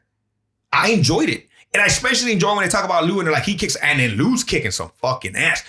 Can't believe that's the guy from Mortal Kombat. I didn't even know that till you guys said that. Yeah. I can't believe it's the guy from Mortal Kombat. Yeah. Because it was in metal, that's why. You never caught on even from watching the show? That guy's so much cooler than the guy from Mortal Kombat. I know. It's insane. So then the whole time it's cool because Tommy's chilling, you know, and it's crazy. Tommy in the show's a drug addict. Like he's on that stuff, and the sister's trying to get him off of that stuff. Really? Like he's in like fucking old buildings, strung out and shit, and he's part of the fucking. He's mixed up in drugs, and he's part of the gang. So I haven't got to his redemption story, but I'm sure it happens because he's kind of fucking cool in this. Yeah, he's Like, he seems like a cool dude. Yeah. You know, like Very he's got likable. muscle, but like his knife shit. Like they give him the knife ability, right? Where he's just stabbing fools. Whatever. very likable character. Mm-hmm. Very cool. So I think he's gonna have some kind of redemption in the Wu Assassins. So we're kind of going back and forth between this cool ass kicking ass in the club and a girl that she just seems to want to be with Tommy, but we find out she's also some kind of monster. I think they're all Jiangxis. Okay. And she tries to poison him. Or acid. I don't know, because when it throws it on her face, it seems like it's acid, but her face, nothing happens to it. It's weird. Yes, Yeah. Tommy beats the shit out of her. They go back and forth. The driver gives two fucks because he just stops the car in the middle of the road. He gets out. I will admit that my least favorite part of the first fight scene was when homie does the magic shit. Because I'm like, Iko, you're a kick-ass fighter. Like, I wish you didn't have the powers. Like, I don't know. Not that Tommy's not, Lou's not a good fighter, because Lou's awesome too, but like, giving Tommy those powers, Iko, but what's his name in this? But Kai. Giving Kai the powers, I'm like. But if he's got powers, he has to do less acting. But he has to do less fighting. I don't know if that makes any sense. Well, he'd still fight. Because in the show, dude, he's all in there acting. Right, Stevens? Yeah. He's in that bitch. That's why I'm like, you made him the main character. There's a whole story with his dad, and he never liked being part of this thing, and he's acting, bro. But I'm like, damn it, I wish you were like Tommy or you were even Lou. Dad. So the homies in the show are like pretty minor characters. No. They all Well, get I think they're gonna get more than what I've seen. And Jenny gets played too, the sister. Yeah, like everybody gets. The four of them, they're she's homies. a big part of it. They're like, there's even they cut back like 15 years earlier, and they're all getting tattoos, and even Jenny's getting tattoos. Like they're the Musketeers, they're the Nerd Turtles, they're the squad. Yeah. So they all get played, but what I'm saying is, why did they get a tattoo that says slippery when wet? But Iko and Kai gets like the most as of right now, because again, he is a Wu assassin, and his dad is like one of the bad guys. So and he has one of the elements. It's total Captain Planet bullshit. It was kind of funny. It's like you earth, wind, fire. I was like, shit, if you say heart, bro, we're gonna lose. So Iko's dad is in the triad? He's the fifth triad or the sixth triad? Yeah, he's the main one, and he is the power of fire. He has one of the elements. He controls fire. And he's a firebender. And they're all converging in San Francisco. And Kai has to defeat all of them and kill them to get all those powers in him. Because when your powers combine, I am Captain Planet. So it was funny when I was watching this, and they mentioned Wu Assassins, and I was like, oh, cool. There's a Netflix show. I mean, not thinking it's related. All completely related. I was like, oh shit, okay, cool. Maybe I'll check out that show. Yeah, I'm watching it. I'm in. It's cool. So then, but homeboy connect. So then, kicking ass in the club, we get the vampire. He disintegrates the chief vampire too, or whatever that lady was. Like he stabs her, and she just. Which I kind of wish there was more of. It only happens then, and happens at the end again. Huh? Yes, because you establish it, but does it have to be with a certain blade? And maybe if we all had that blade. But I wonder if that was just a money thing. Is that an expected effect? Because that actually, compared to the fucking show, that effect was amazing. Because the show effects are fucking horrible, guys. When I'm talking about it, it's fucking horrible. It's bad. So then somebody pauses the whole club, straight fucking Parker Lewis, Ferris Bueller style, and then but he's using different people to talk to him. He tells the two friends, go meet me at the temple. Lou has that funny line, it's like, man, I'm never going to a club with you again. Whatever and stuff like that. And then they call homie Tommy. Tommy's like, cool, we got a lead. They meet up at this temple. I wonder if there's more. Again, maybe if I watch the show, I know that this is very fantastic, but this is where the fantasy shit got really heavy with it, right? But it's not really explained too well. I kind of felt like. And the guy's name is William? Yes. Right? Which is our boy from Warrior. Yep. And he is the yin or the yang, one half of the Gemini twins is what I was thinking, right? That he makes it sound like the sister is evil.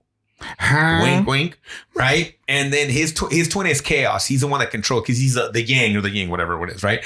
So, and she's also the queen of the underground, is what we're finding out. And similar to the show, they're all converging now here in where is it? Where are we at? Thailand. Bangkok. They're all going to Bangkok, and we need to stop that. They need to kidnap her and stop that, because if everybody combines, they're gonna take over, or they're gonna literally create the world in her vision, right? Yeah. That's like she's literally gonna wipe out the world, is what they're thinking. They seem like, yeah, cool. We were here to fucking avenge our sister, but we'll do this shit too, because they find out, allegedly, that the sister actually killed Jenny. And that's why Jenny was holding one half of this circle symbol, a yin and yang.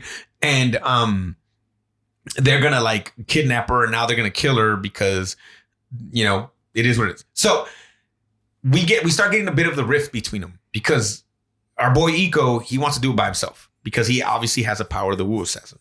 But Tommy's like, fuck you, that was my sister. And Lou's like, I'm a badass, bro. I want to go in too. So, they're kind of having their moments or whatever, and they argue about it. They go back and forth. But again, Tommy and Lou, cool.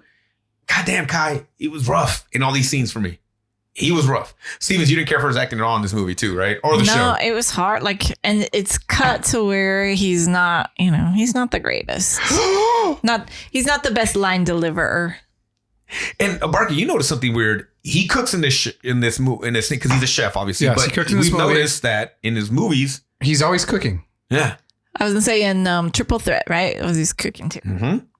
I wonder if that's his thing, right? Maybe that's what about in the other stuff? Does he in the? Well, in the Raid, there's no real cooking scenes, but in Triple Threat, he was. Remember when they're in the bar pouring their beer all yeah, weird? yeah, getting all that foam, bastards. Anyways, so then they find out that Tommy has a homie that he can call on, right? Yes. He makes a call. She's like, meet me here. And then they're kind of meeting her there. This is where we meet, what was her name? Priya. We meet Priya. She's kind of like, what would you call Priya? I don't know. What is she? She's like that person that can get you anything you need kind of a thing. Like the Q or whatever. Right? Yeah, that's a good way to look at it. He has to tell her why. I will tell you in this scene, our boy Tommy has got a pair of flower pants on. Killing the game, bro. Killing the game with these flower pants. They're like loose. Like I'm like, those fucking flower pants look comfortable as fuck, dude. And he's got like some cool shoes underneath them. It was I like the wardrobe in this movie. The wardrobe was in the movie. It was cool. I want a tuk-tuk. Tuk-tuks again? Yeah, you're right. I want to ride a tuk-tuk. I know I want one to just drive around. You just want one to drive? Yeah, like a little golf cart, but it's different, like longer. Yeah. Right? Yeah. I'm like, get in, guys. Yeah. And again, make this happen, guys. We will fucking make a podcast in the tuk-tuk if we can. We'll make that happen, guys. We need to blow up. So then this is where we first meet our Interpol people. They're involved in this because they're trying to take down the sister. What was the sister's name again? She is Quan Chi. Quan Chi. They're trying to take Quan Chi because I guess she's the leader of the underworld. And there's a scene where Zulu makes a guy shit himself. Hell yeah, she's that badass. Yeah, she's a badass. And then we get back to our guys chilling. Priya comes through. Now she wants to help with the kidnapping because she also knew. Now she finds out that actually the sister Jen is dead.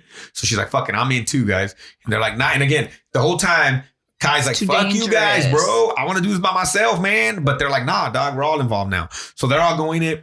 So then, so we get there. They're about to try to kidnap the sister, right? Not the sister, but the queen of the underworld. And they get ready outside. She has she calls it James Bond shit, right? And then he hands people something and he says they're magic. Cufflinks. The cufflinks that he throws on the floor and blows up. Okay. All right. So this motherfucker puts his chi inside the cufflinks and they can throw them. Okay. So then, cool. Then why don't you put it in a ninja star when you threw that bitch and blew her up? So you don't have to fight her. Shut up. Okay. Sorry. So then, no, because by then he has his powers taken away. Yes. Kind of. You're right. He only has a quarter full of. Because he missed a little bit in his tank. You're right. Because she took it from him. So then, am I wrong? Oh, I just answered my question in my head. But when Zulu's then yes, you are. Yeah, when Zulu sees like them going to the hotel, she recognizes Lou. Yeah, because she kind of does this thing. Like, and I was wondering why something's happening. Yeah, exactly. So then Zulu knows him, and then our Queen of the Underworld goes in there and kills all the fucking leaders of the triads or leaders of the different gangs. Right. So how does she do it? She blows their heads up, right? She just with like magic or whatever. Yeah, right. Because don't they just close the doors like, and that was it? She starts glowing. Yeah, she got. So why doesn't she do that at the end when they fight her? That was another. That was another thing. Well, she needs power to. She needs to combine her power with Kai's chi and her brother, so she can't just be. She can't use it all willy-nilly. Okay, right? Kind of like the Iron Fist, right? He runs into that problem. We're always like, why is he not using it? But he can't, you can't at some point in time, right? It's like Spawn. He has a meter and he has a finite amount of power that he can use. All right. So then I dug this whole, and we find out that she can also control people. Because she does this thing where she tells all the people to fucking. But she controls the body, the other one controls the mind. Mm-hmm. So they open the doors. I think it's Lou and Tommy, right? No, Lou and Kai open the doors and fucking everybody's blown the fuck up. Like blown the fuck up. There's chunks of meat everywhere. Like it's bad. Yeah. And then they got to get out of the hotel. I dug all that. Stevens, you didn't like the fight scenes in this movie, you said. It felt a bit unnatural to me for whatever reason. They felt. That's because they were supernatural. Yeah, for the most part, they felt very it felt like I was watching Dancing with the Stars almost. Like, I don't agree with you. I know, but I will tell you, I thought Tommy can go with the knives. I thought he looked cool. I thought Lulu just looked like a badass. We know Iko can go. I didn't mind Zulu with the gun. Like her thing was guns for the most part. It was, and there was a badass shot of her sliding down and taking out a bunch of fools. Yeah, like that. There was It's not that I disliked what the shots were. Some of the fights were a little slow and a little. It felt like it was predictable. Yeah. But I think maybe that was my thing. It's like I knew what was coming because they felt so like, like it was just there was something about it that just some felt of them were slow. Yes. Not to say it's not well choreographed. Yeah. Does that mean that the raid is sped up, or does that mean that the raid has better actors fighting with Eco? Because I agree with you guys. I did notice Eco was slowed down quite a bit. It felt like in this movie compared to the raid. Yeah, I mean, there's definitely everything's choreographed. Obviously, we know this, right? It is. And what you're saying about this movie, what you're saying about this movie, I feel a lot about like some of the other stuff. Bruce Lee movies. Like a lot of that stuff, that's the way it feels. Just fuck up right now. Because it's also 30 years older. Yeah, exactly. 40 years, shit, more than that now. But but what I'm saying then, so what does that mean? Like way more than that. 50 years old now. So what does that mean about the raid then? So I'm being serious. Is the raid sped up then?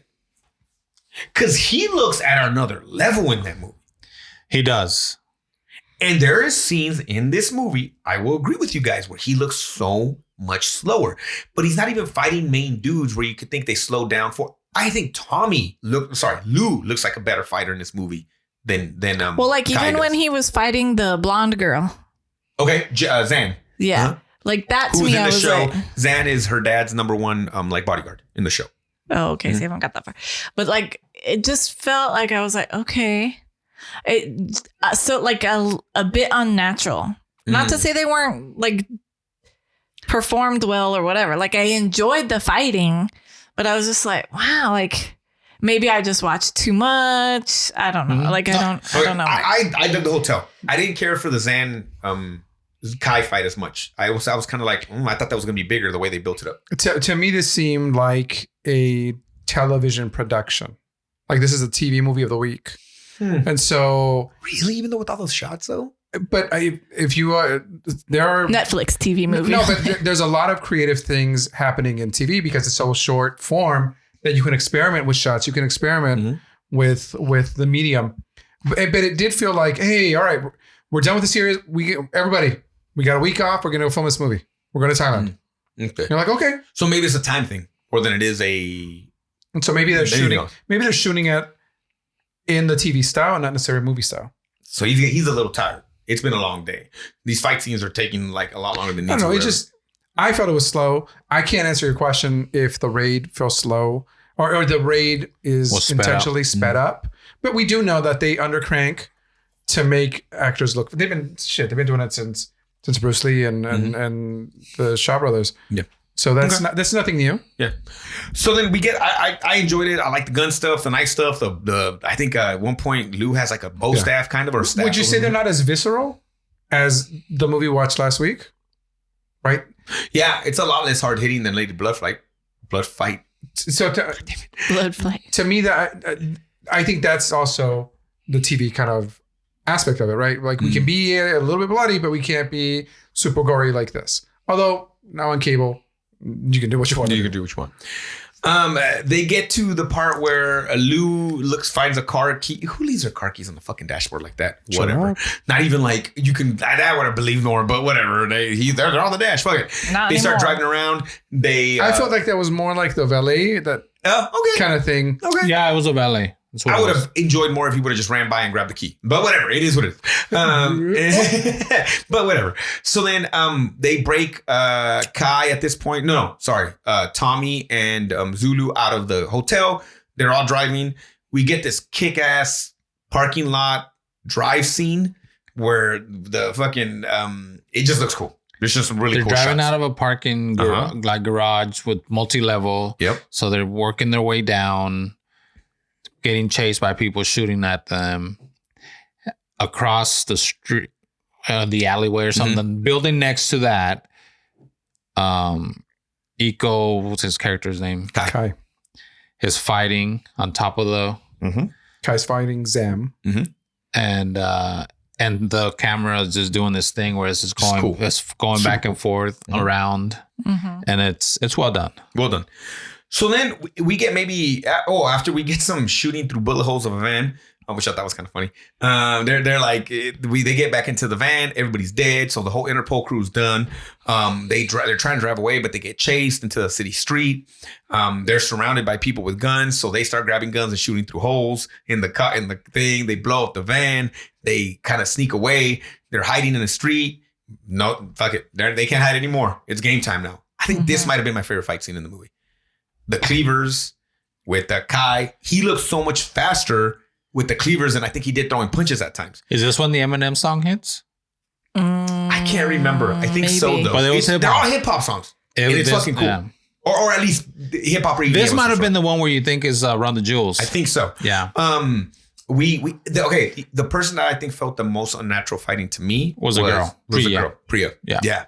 Zulu looked badass. I agree. Priya looked super fucking forced. I agree. That one was kind of like they cut Iko's acting a certain way. They cut her fighting a certain way. Yeah. Then at one point they just put her on top of a car and she just kicks down. Yeah. Because it's kind of like I don't think she can fight like the other people in the movie. Yeah. Again, now on the other hand, Zulu, I was interested to know if she had any kind of like training because she looked like a badass.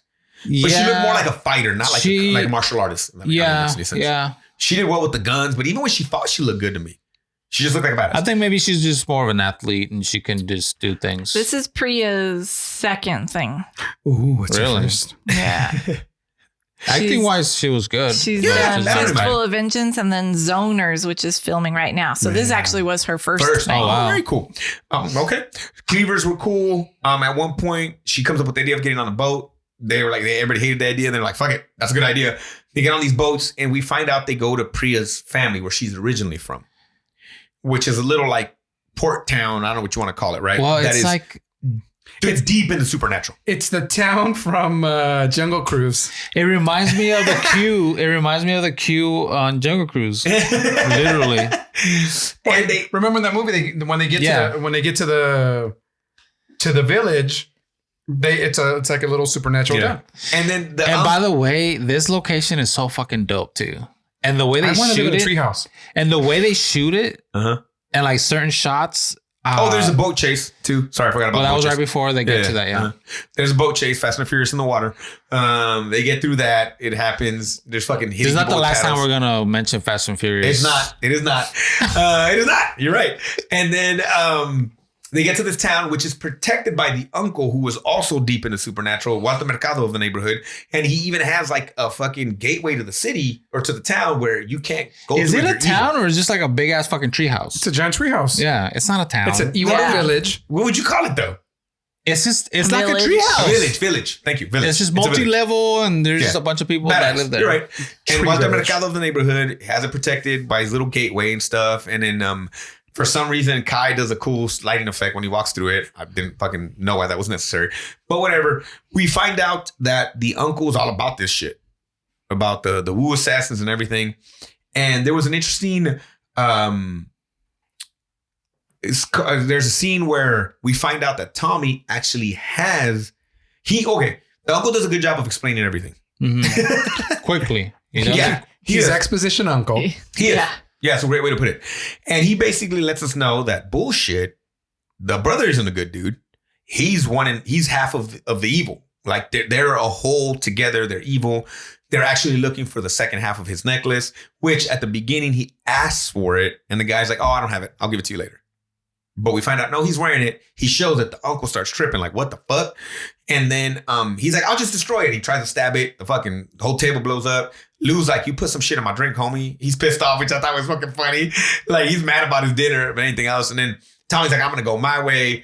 Lou's like, I'm going to go have sexy time. And then, like, Kai's like, I'm going to go sleep. Oh, no, I'm going to go train. Mm-hmm. He actually goes and trains. So then we see Kai with a wooden dummy. Very similar to when we talked about Rumble in the Bronx and 800 other movies that we watched. But here's an example, just to show you levels.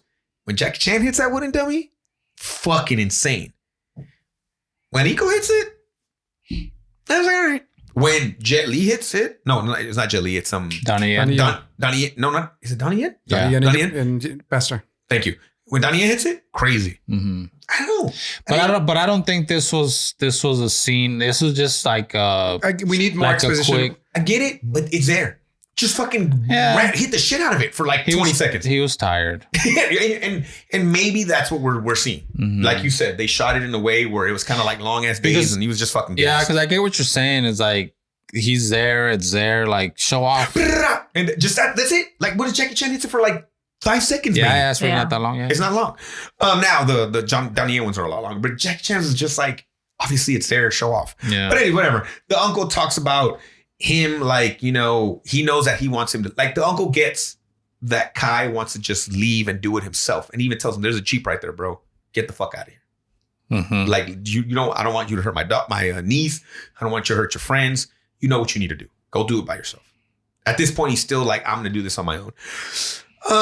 This is where we fucking Priya, man. But I think they give her a pass. No, what? Actually, the guys give her a pass. Zulu ain't about that life. Zulu ain't ready to beat her ass, dude. But I think she deserves it.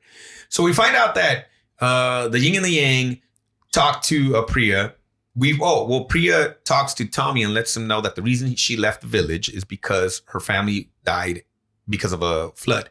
Yeah, and she's drowned. Like, she's like, it's not even fucking a cool, like, she's like, it's not even a cool origin story why I left. They just fucking drowned. And and they're about to have sexy time, right? Yeah. And then because he even gets by the door and he plays push play and Jodeci's playing in the background and you can tell he's ready for it. The way she starts telling him the story too was kind of weird because like she was just standing by leaning up against the tree. Mm-hmm. That was a cool scene too, by the way it was shot. Mm-hmm. He walks up and she just starts like, it was kind of weird. Like, she had to get it off her chest. I know.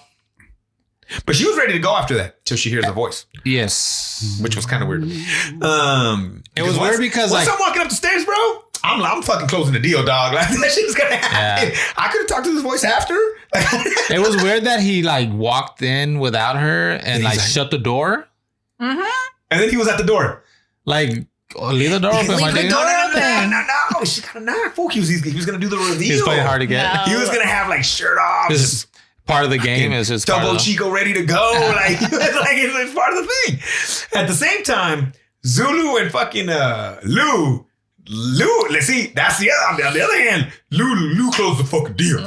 He's a deal closer. All right. So in the show, they're a thing. No. She's not in the show. Well, really? Because remember, not in the first episode. The other two meet her for the first time because he's like, when I was doing that thing in Switzerland, I don't know what the fuck he said. When I was stealing cars in Switzerland. They have a history, right? Yeah. But like from Europe, where the show's all in San Francisco. Oh, okay, gotcha. And he does steal cars though. That's his thing. I think she was brought in for the male field. That was one of the problems I had with the movie. I'm like, why do you need this? Like, why do they all gotta hook up with somebody? Like, it was just weird. But the only one that hooks up is him. I get it too, but I just does. Yeah, he hugs up. Yeah, but Tommy does too to a degree, right? Like he just doesn't seal the deal. But not like that. But this is my problem. This is the problem I had with it. Who the fuck dresses like that undercover? That's not even safe. Like she had a fucking sports bra, and like I'm like, if there's gunshots, bitch, throw a bulletproof. At least have a bulletproof vest on over that. You're Interpol. Whatever, when they're sleeping, they're both clothed laying in bed. And I'm like, who puts those pants back on? After you have sex, who's putting that shit back on? I always put my jammies on after. jammies. Not your fucking leather pants and your tight ass bra thing. And the sports bra. But who wears that to a fucking gunfight? Hey. She had that on all day, bro. That wasn't a gunfight. She was working security. No. They meet at the safe house. She was undercover security. They were at a safe house, Stevens. They could have thrown all the gear on. They were in a fucking van. Yeah, they obviously were going to come out of the van when it was time to arrest people. It's got to look sexy, bro. That was stupid. I didn't care for that. I thought that was fuking dumb. And usually I care for that, but that shit, it made no sense. It took me out of the movie. It did. I was done. The only thing that redeemed this movie was seeing boobs. When she removed her thing later, it was okay. But, but no, at that point, you're in a fucking village treehouse. You're like, and whatever. She put that shit back on to go to sleep. Yeah, that's weird. You're right. That is weird. Whatever. That's true. I was like, why are they clothed? You only get, it's similar to us when we do songs on this podcast. You can only show so much titty, and then you just gotta bring the titty back. You gotta bring it back. That's what it is. So, he closes the deal. Tommy's asleep now because he's got blue balls for days now. Fucking our boy. I really thought Kai was gonna leave right then and there. That's what I thought about the conversation with the uncle. But he goes to sleep too, or maybe he's taking a nap because he's just in a hammock. And then, if you get a chance to hang out in the hammock, that's true. Hang out in the hammock. I always want to hang in out a treehouse. I know. Have you ever been in one? Yeah, I think when I was younger, I was in a hammock. I don't think I have. Your grandma had she had an indoor kind of patio. Okay. And she had a hammock. Dope. Yeah.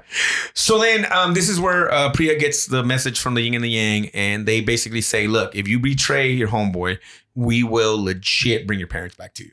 Because they can actually bring people back. Well, that's what they say. Even then, I didn't believe it. To me, it's like, oh, we're going to send you with your family by killing you. Well, we know they're dirty. You're right. Yeah. But she just told the story. So she fucking wants to see her family again so bad that she's willing to backstab her friend. Because I was like, you're going to send me into an alternate dimension where my family, it's still 1993? Yeah, because it's anything you want it to be or whatever. Yeah. Right? Yeah. That to me seems like you can meet your family with streets paved with gold. Mm-hmm. Yeah, you're right. You're like, oh, you're going to kill me. Okay. So she first goes and destroys the protection. Yeah, so they can get in. Could they just go around it and climb up the other side? Question. Are they like vampires or do they have to get invited? Invited? That's what I'm wondering. No, I'm being serious. Because I'm like, just pull the boat a little farther and be like, ha, we got you. But anyways, whatever. But obviously the uncle's a badass because they needed that shit to be torn down. But I feel like there's a force field around the whole thing. I get you. It's not as easy as that. Yeah, you don't have to literally walk through the tunnel. But underground. Not that easy, bro. Underground, they could have did that. So she goes and tears that shit down. Well, she tears just one thing down, but that must have been the fucking the thing, right? And then the rest. But then they should know. Then in another scene, it's not there when they're walking. Like all the stuff is been broken down. Yeah. Okay. And then she goes and she steals the what was that thing called? I was gonna say amulet, but it's not an amulet. It's just medallion. The chi thing. The chi thing. She steals the chi thing, the chi rock from Tommy. She puts the chi rock on Kai, steals some of his chi, but he wakes up. Yes, but at that point, I don't know. It's confusing how much power they're taking out of him.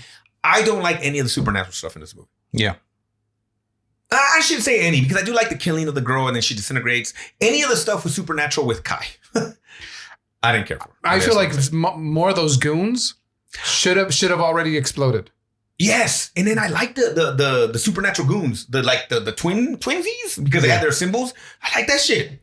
Anything that's supernatural, except for the last dude, that supernatural that wasn't Kai, I was in for. Kai supernatural did nothing for me in this movie. Because you're right. How much did she take away? Does he still have supernatural powers? Nobody's telling me anything. I thought he had no powers, but he still does. Yeah, because he fought, but then the other guy fights the other guy. Like Lou fights the other twin. And Lou obviously is so badass that we'll get to that part because I was really confused about that fight scene too. So she steals some of it. He fucking wakes up. Another cool fight scene though, I will admit. We got Kai fighting one of these Wonder Twins. We got Tommy fighting the other Wonder Twin. Zulu and Lou is fighting another one twin.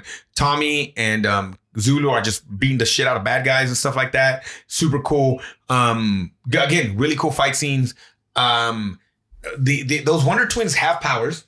They're like bikers. They look like bikers, huh? But they got like this fucking tattoo on their hand, and when they combine, it looks fucking pretty badass. Super cool. We get to the point where there's a cool fucking kind of scene where like they shoot these nails through a dude's hand. And he gets stuck to a tree, which I kind of dug. Well, through Lou's head. Through Lou. And then Lou uses that shit to literally stab a motherfucker in the head. And it blows up with the help of the uncle. The uncle kind of gets down, but the uncle's all fucking magic powers. Yeah. Like, he has no fighting abilities, but the magic power. Then there's a point where Kai wants to go back to help the uncle, but the uncle's like, you guys got to go. But fuck it. Y'all know what you have to do. I'm going to try to hold these guys off. And they fucked that uncle up. Well, I think he knew he was going to die. Yeah, he knew. It was one of those. He was giving himself up for the better of the team, right? For the better of the world. That felt weird to me, too. It was very slow-mo them leaving. Yeah, I see what you're saying. The escape on the Jeep. Yeah. It wasn't like a cool, like maybe jump back on a boat or something and go take off fast or something like that. Yeah, it was just weird. I was just you weren't in the mood to watch this movie. Yeah, and I don't think so. The whole scene with Tommy fixing the Jeep to me was kind of like, okay, like. Yeah, it was just weird. Yeah, there was a lot going on and he was just chilling in the Jeep waiting. No, he was fixing it because it didn't work. Yeah, but I understand what they're trying to do. They're trying to ramp up the anxiety, but it doesn't happen because you don't see him. You don't see it. If he runs, it's like, okay, well, we need this now. And he runs and he grabs this. Or he's being chased. He's not even being chased. He's just waiting for everybody else. Yeah, there's a lot going on, and he's able to just fix it. Yeah, but again, the fight scenes were cool. I didn't mind them.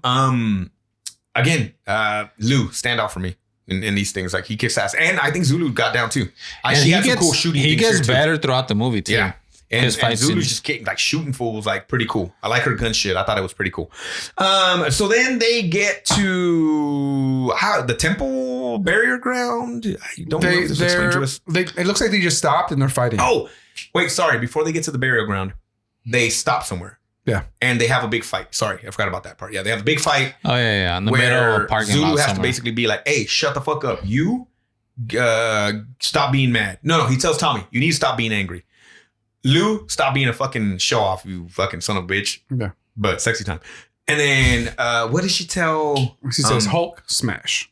No, but what did she tell him? What did she tell Kai? Like Kai, you can't do it alone. Yeah, that's what it is. You have to have it. And then they're like, fucking Wonder Twin, we're homies. And like they agree to fucking make it happen. And by the way, why are we stopping in the wide open where people can just spot you and find you? But I feel like now at this point, like the other people aren't chasing nobody because now they got what they need. They're about to fucking take over the world. Oh, because they had already taken the thing. Kill everybody. Priya had given it's third act. We got to go. Yeah. But I get what you're saying, but I don't think they're being chased. I think like they don't need them anymore. Well, I mean, they escaped, but I guess they weren't. I mean, you're probably right. They probably weren't being chased. It is what it is, right? So then they all kiss up, make up. There's a homies. If they're vampires, they can't be in the light. they're homies. All those years in Frisco brought them back together. They're fucking back, you know. And this legit does have the feel of fucking Fast and the Furious in a sense because like Lou just was a car thief. Legit, that's what he is. And he becomes. Oh, well, this is not what I'm talking about. Okay. But okay. So then we show up. And Tommy used to steal DVDs. And DVD players.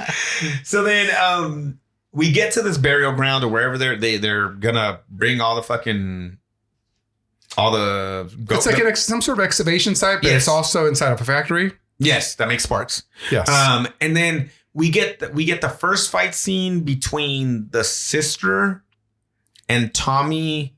No, they all kind of split up, right? Yes, and they're getting shot by a sniper. The sniper shows up, and then Tommy and Zulu are like, "All right, we got to go fight some goons." Yeah. Lou is like, "I'm gonna fight the demon." Gotcha. The twin. The Wonder Twin that's not dead because the other one was killed by Kai. Yeah. And Kai is like, "I want to take what's her face." And he's like, "Hey, before you go though, bro, here's a ninja star." He's like, "Thanks."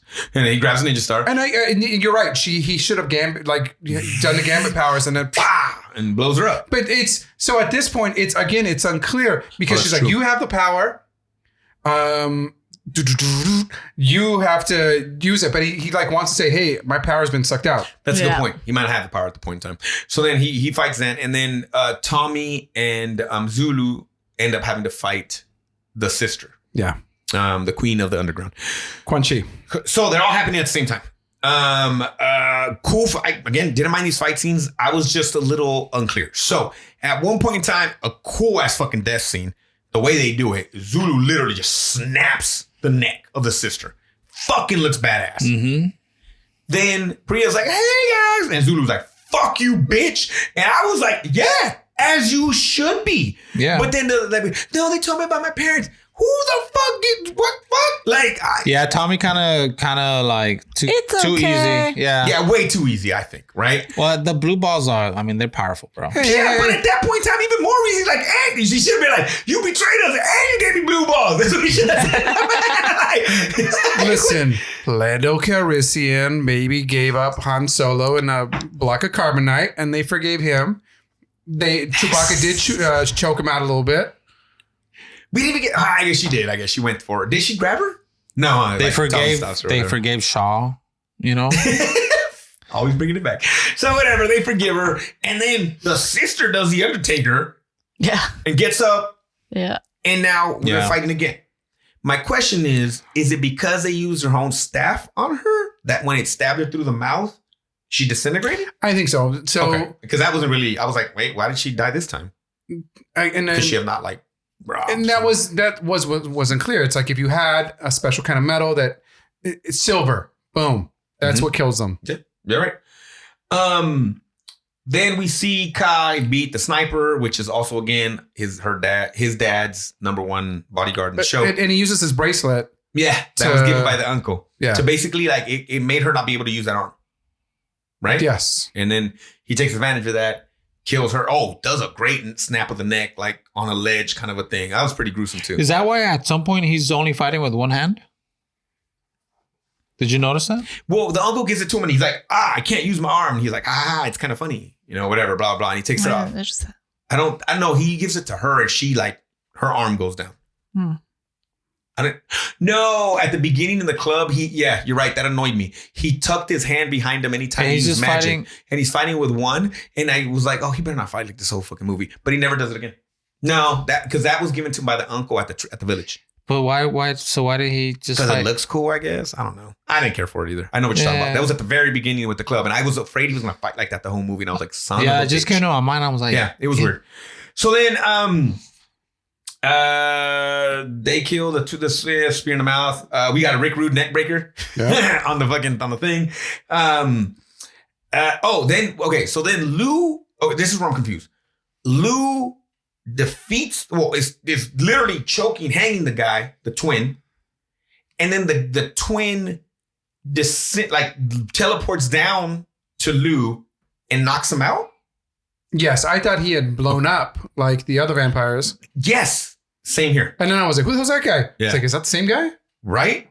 Yeah. And then that's where Lou kind of gets brought in. Which sucks again because you don't show that power. Mm-hmm. But that one time. Yes. You're right. So then they bring out of the hole the first man ever. What does he call himself? I'm the first man. He's Pan Wu. Pan Wu, but he says he's the first man, right? Like he's Adam.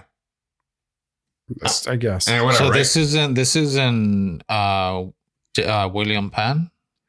No. The guy takes Pan takes Kai's energy. Yes. And then he chuck the thing in the middle?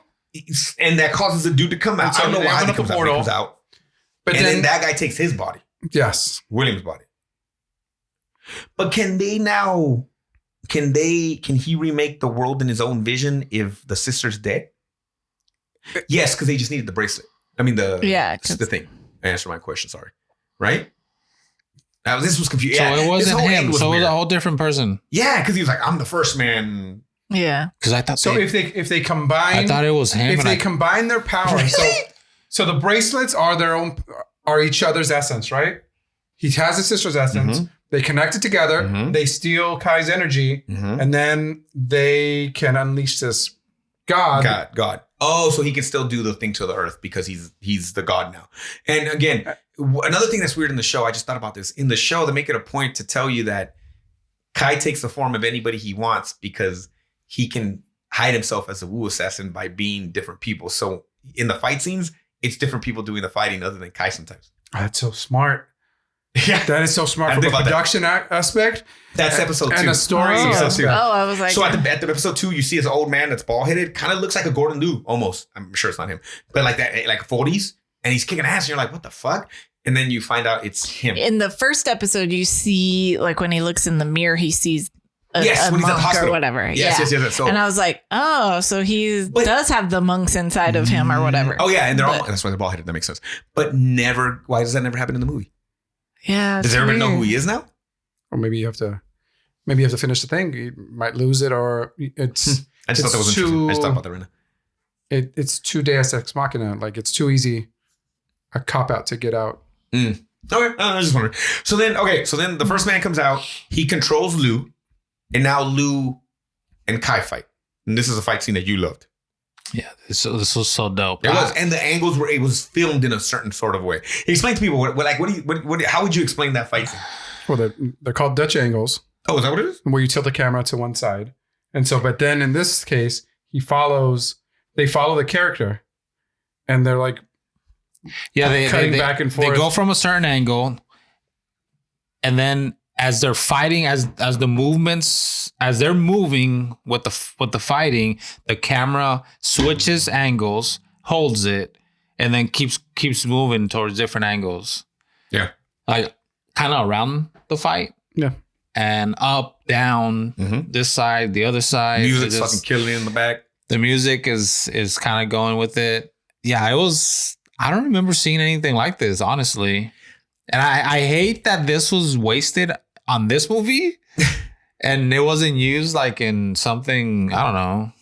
Somewhere else. The Matrix, the new Matrix. And I haven't seen the new Matrix, but I don't know. I need to watch that too. So then I guess Kai still does have a little bit of magic though, because he's able to take the Diablo out of Lou. Yes. He beats the devil out of him. Chains him up to a radiator. And then he approaches the first man. Panwu. This is where it gets fucking wacky as fuck for me. Wacky as fuck, and I hated this part of the movie. It was shitty. It looked that kind of effects, and you get a lot of that in the show. And it looked like shit compared to the rest of the movie. That's how the effects look in the show. And this is the end. The culmination of the movie. Yeah. I agree with you.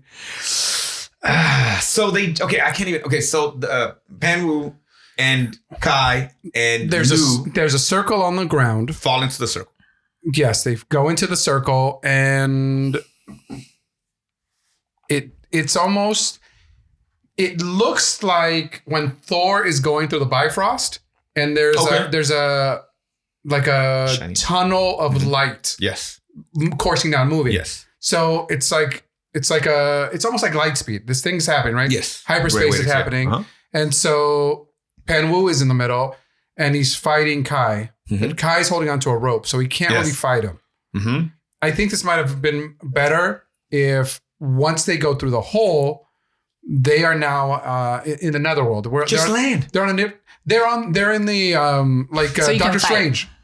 Doctor Strange fighting in an alternate dimension. Totally fine. Just land. And so then you can get it to fight. Yeah. Exactly. Yeah, it was so whack. So they fight hanging as the bad guys swooping through him. Let me hit you. Peter Pan style. Just fucking flying around him.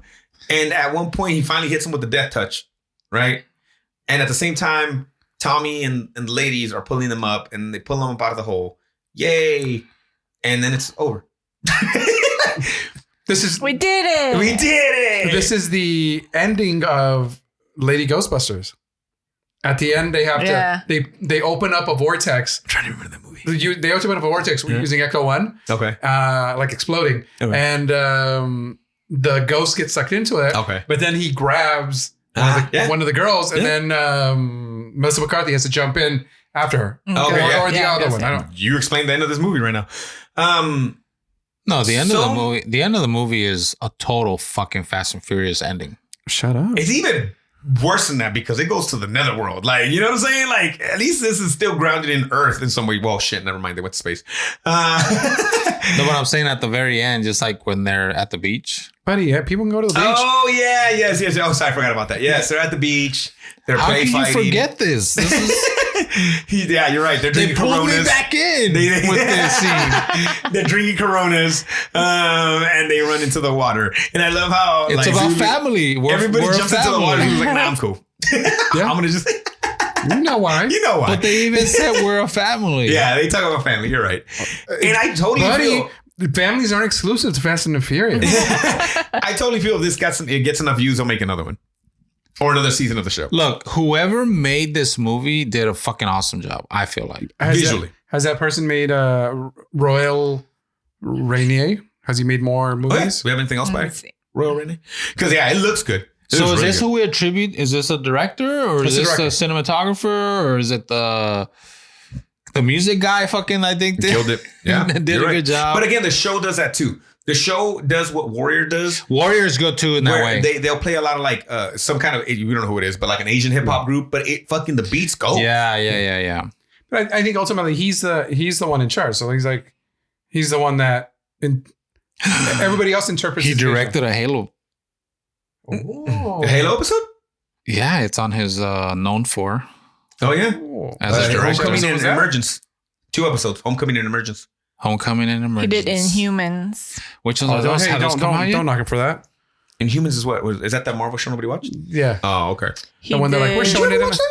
I tried to. Oh. He's done some sequels of stuff. He's done Hard Target to The Man with the Iron Fist 2. Oh. Wait. Yeah. We haven't watched that yet, right? No. That's the RZA movie, but part 2. Yeah. Goddamn. I listened to just on a side note today, I was in the car and my poor kids, they know so many cuss words because of the music I listen to. But it's okay. They're just words. They're just words. They're just words, bro. And it's not stuff they don't hear. That's true. Places. You're probably right. But dude, Wu-Tang Clan is fucking amazing, bro. God damn it, dude. Let's take them back to 1979. Every fucking verse in that song hits, dude. And there's no fuck. We don't need a break in between. We're not gonna give you any kind of fucking like you want something to sing to. Fuck that. We got 9 motherfuckers on this song, and they're gonna each go in the booth and try to kill each other. And then it ends.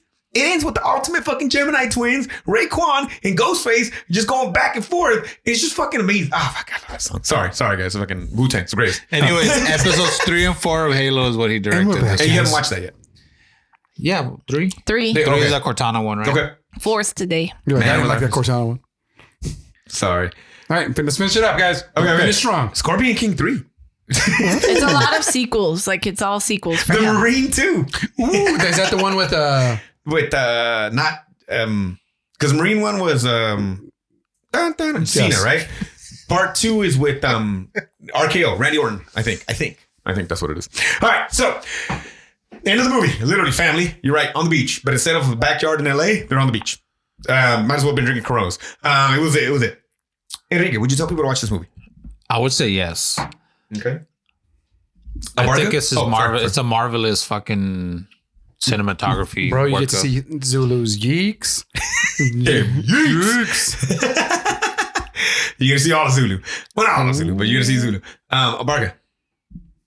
Yes, that was my yes, bro. Oh, yes. Okay. Yeah, for me. Yeah, I enjoyed it. I not knowing, and now that I'm like watching the show, I'm like, that's why Zan was important. That's why like that fight scene maybe it wasn't as good, but it was for people that watch the show were like, hell yeah, dude, because she fucking hates him. So I like cool. And I think more as I watch more of the series, maybe more stuff will even click where I'll be like, ugh. But I mean, if you don't have to watch the show. Watch the movie if you want because it is fucking beautiful and the music fucking goes. Top 10 list. What do we got, Stevens? Sorry, I was looking up music. At number 1, you have Fearless. Number 2 is Enter the Dragon. Number 3 is The 36th Chamber of Shaolin. Number 4 is Legend of the Drunken Master or Drunken Master 2. Number 5 is Way of the Dragon.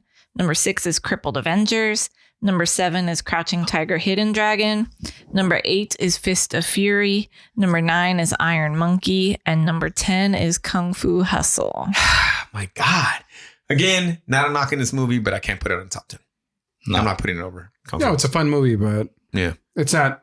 It's not redefining the genre. Is there a new movie in our top 10? Well, Kung Fu Hustle. Again, I can't think Kung Fu Hustle is new, but it's fucking like 30 years old. Huh? Is Kung Fu Hustle though our newest movie? If that one's after Crouching Tiger. Oh, okay. And Fearless. Those are all kinda similar time. Yeah. Okay. All right. Which is not new anymore. In my head, they're new, but they're not fucking new. I know. They're gotcha. Newer. World, bro. World. Yeah, it's very, very true. And sorry, Marine 2 is starting Ted DiBiase Jr. Not the guy I thought. And Michael Rooker. All right. So next week, though, we're taking it back to the old school. We're hitting 79? The 79. And not only we're going back to our Five Deadly Venoms crew, like which I'm excited about because I love those guys. We have one of their movies in the top 10, and one of the other ones was there for a while too. So we are watching The Kid with the Golden Arm, which is one of the nicknames to the Wu-Tang members also. So I think You God's nickname was that. So again, they stole this from all these movies. It is free for you to watch on Amazon Prime. Prime. And rent able to rent everywhere. Pretty much everywhere else. Very, very cool. All right. Hey, Enrique, where can they get a hold of us? Check out our link tree. You'll find all of our links in that. Gung-Fu Super Bros. So linktr.ee/Gung-Fu Super Bros. You find our Instagram, Twitter, our voicemail, our links to the podcast on Apple and Spotify. Hey, if they do want to leave a voicemail, Mubaraka, where can they do that? Whatever, dude. You guys do whatever the fuck you want. You don't leave messages anyway. What number is that, Market? Because wow. GungFuSuperBros.com or go to 661-401-5941. We tell you every week, like subscribe, hit the bell for notifications, leave a review. I mean, you know, this bandwidth isn't free, kids. All right, come on, man, help us out here. All right, Marcus, say bye. Hey, be good humans. Enrique, hasta luego. Super Dude Stevens. Bye. And remember again, my name is Ivan. Love you guys. You're not the one I'm looking for. Well, I'm all you got, bitch.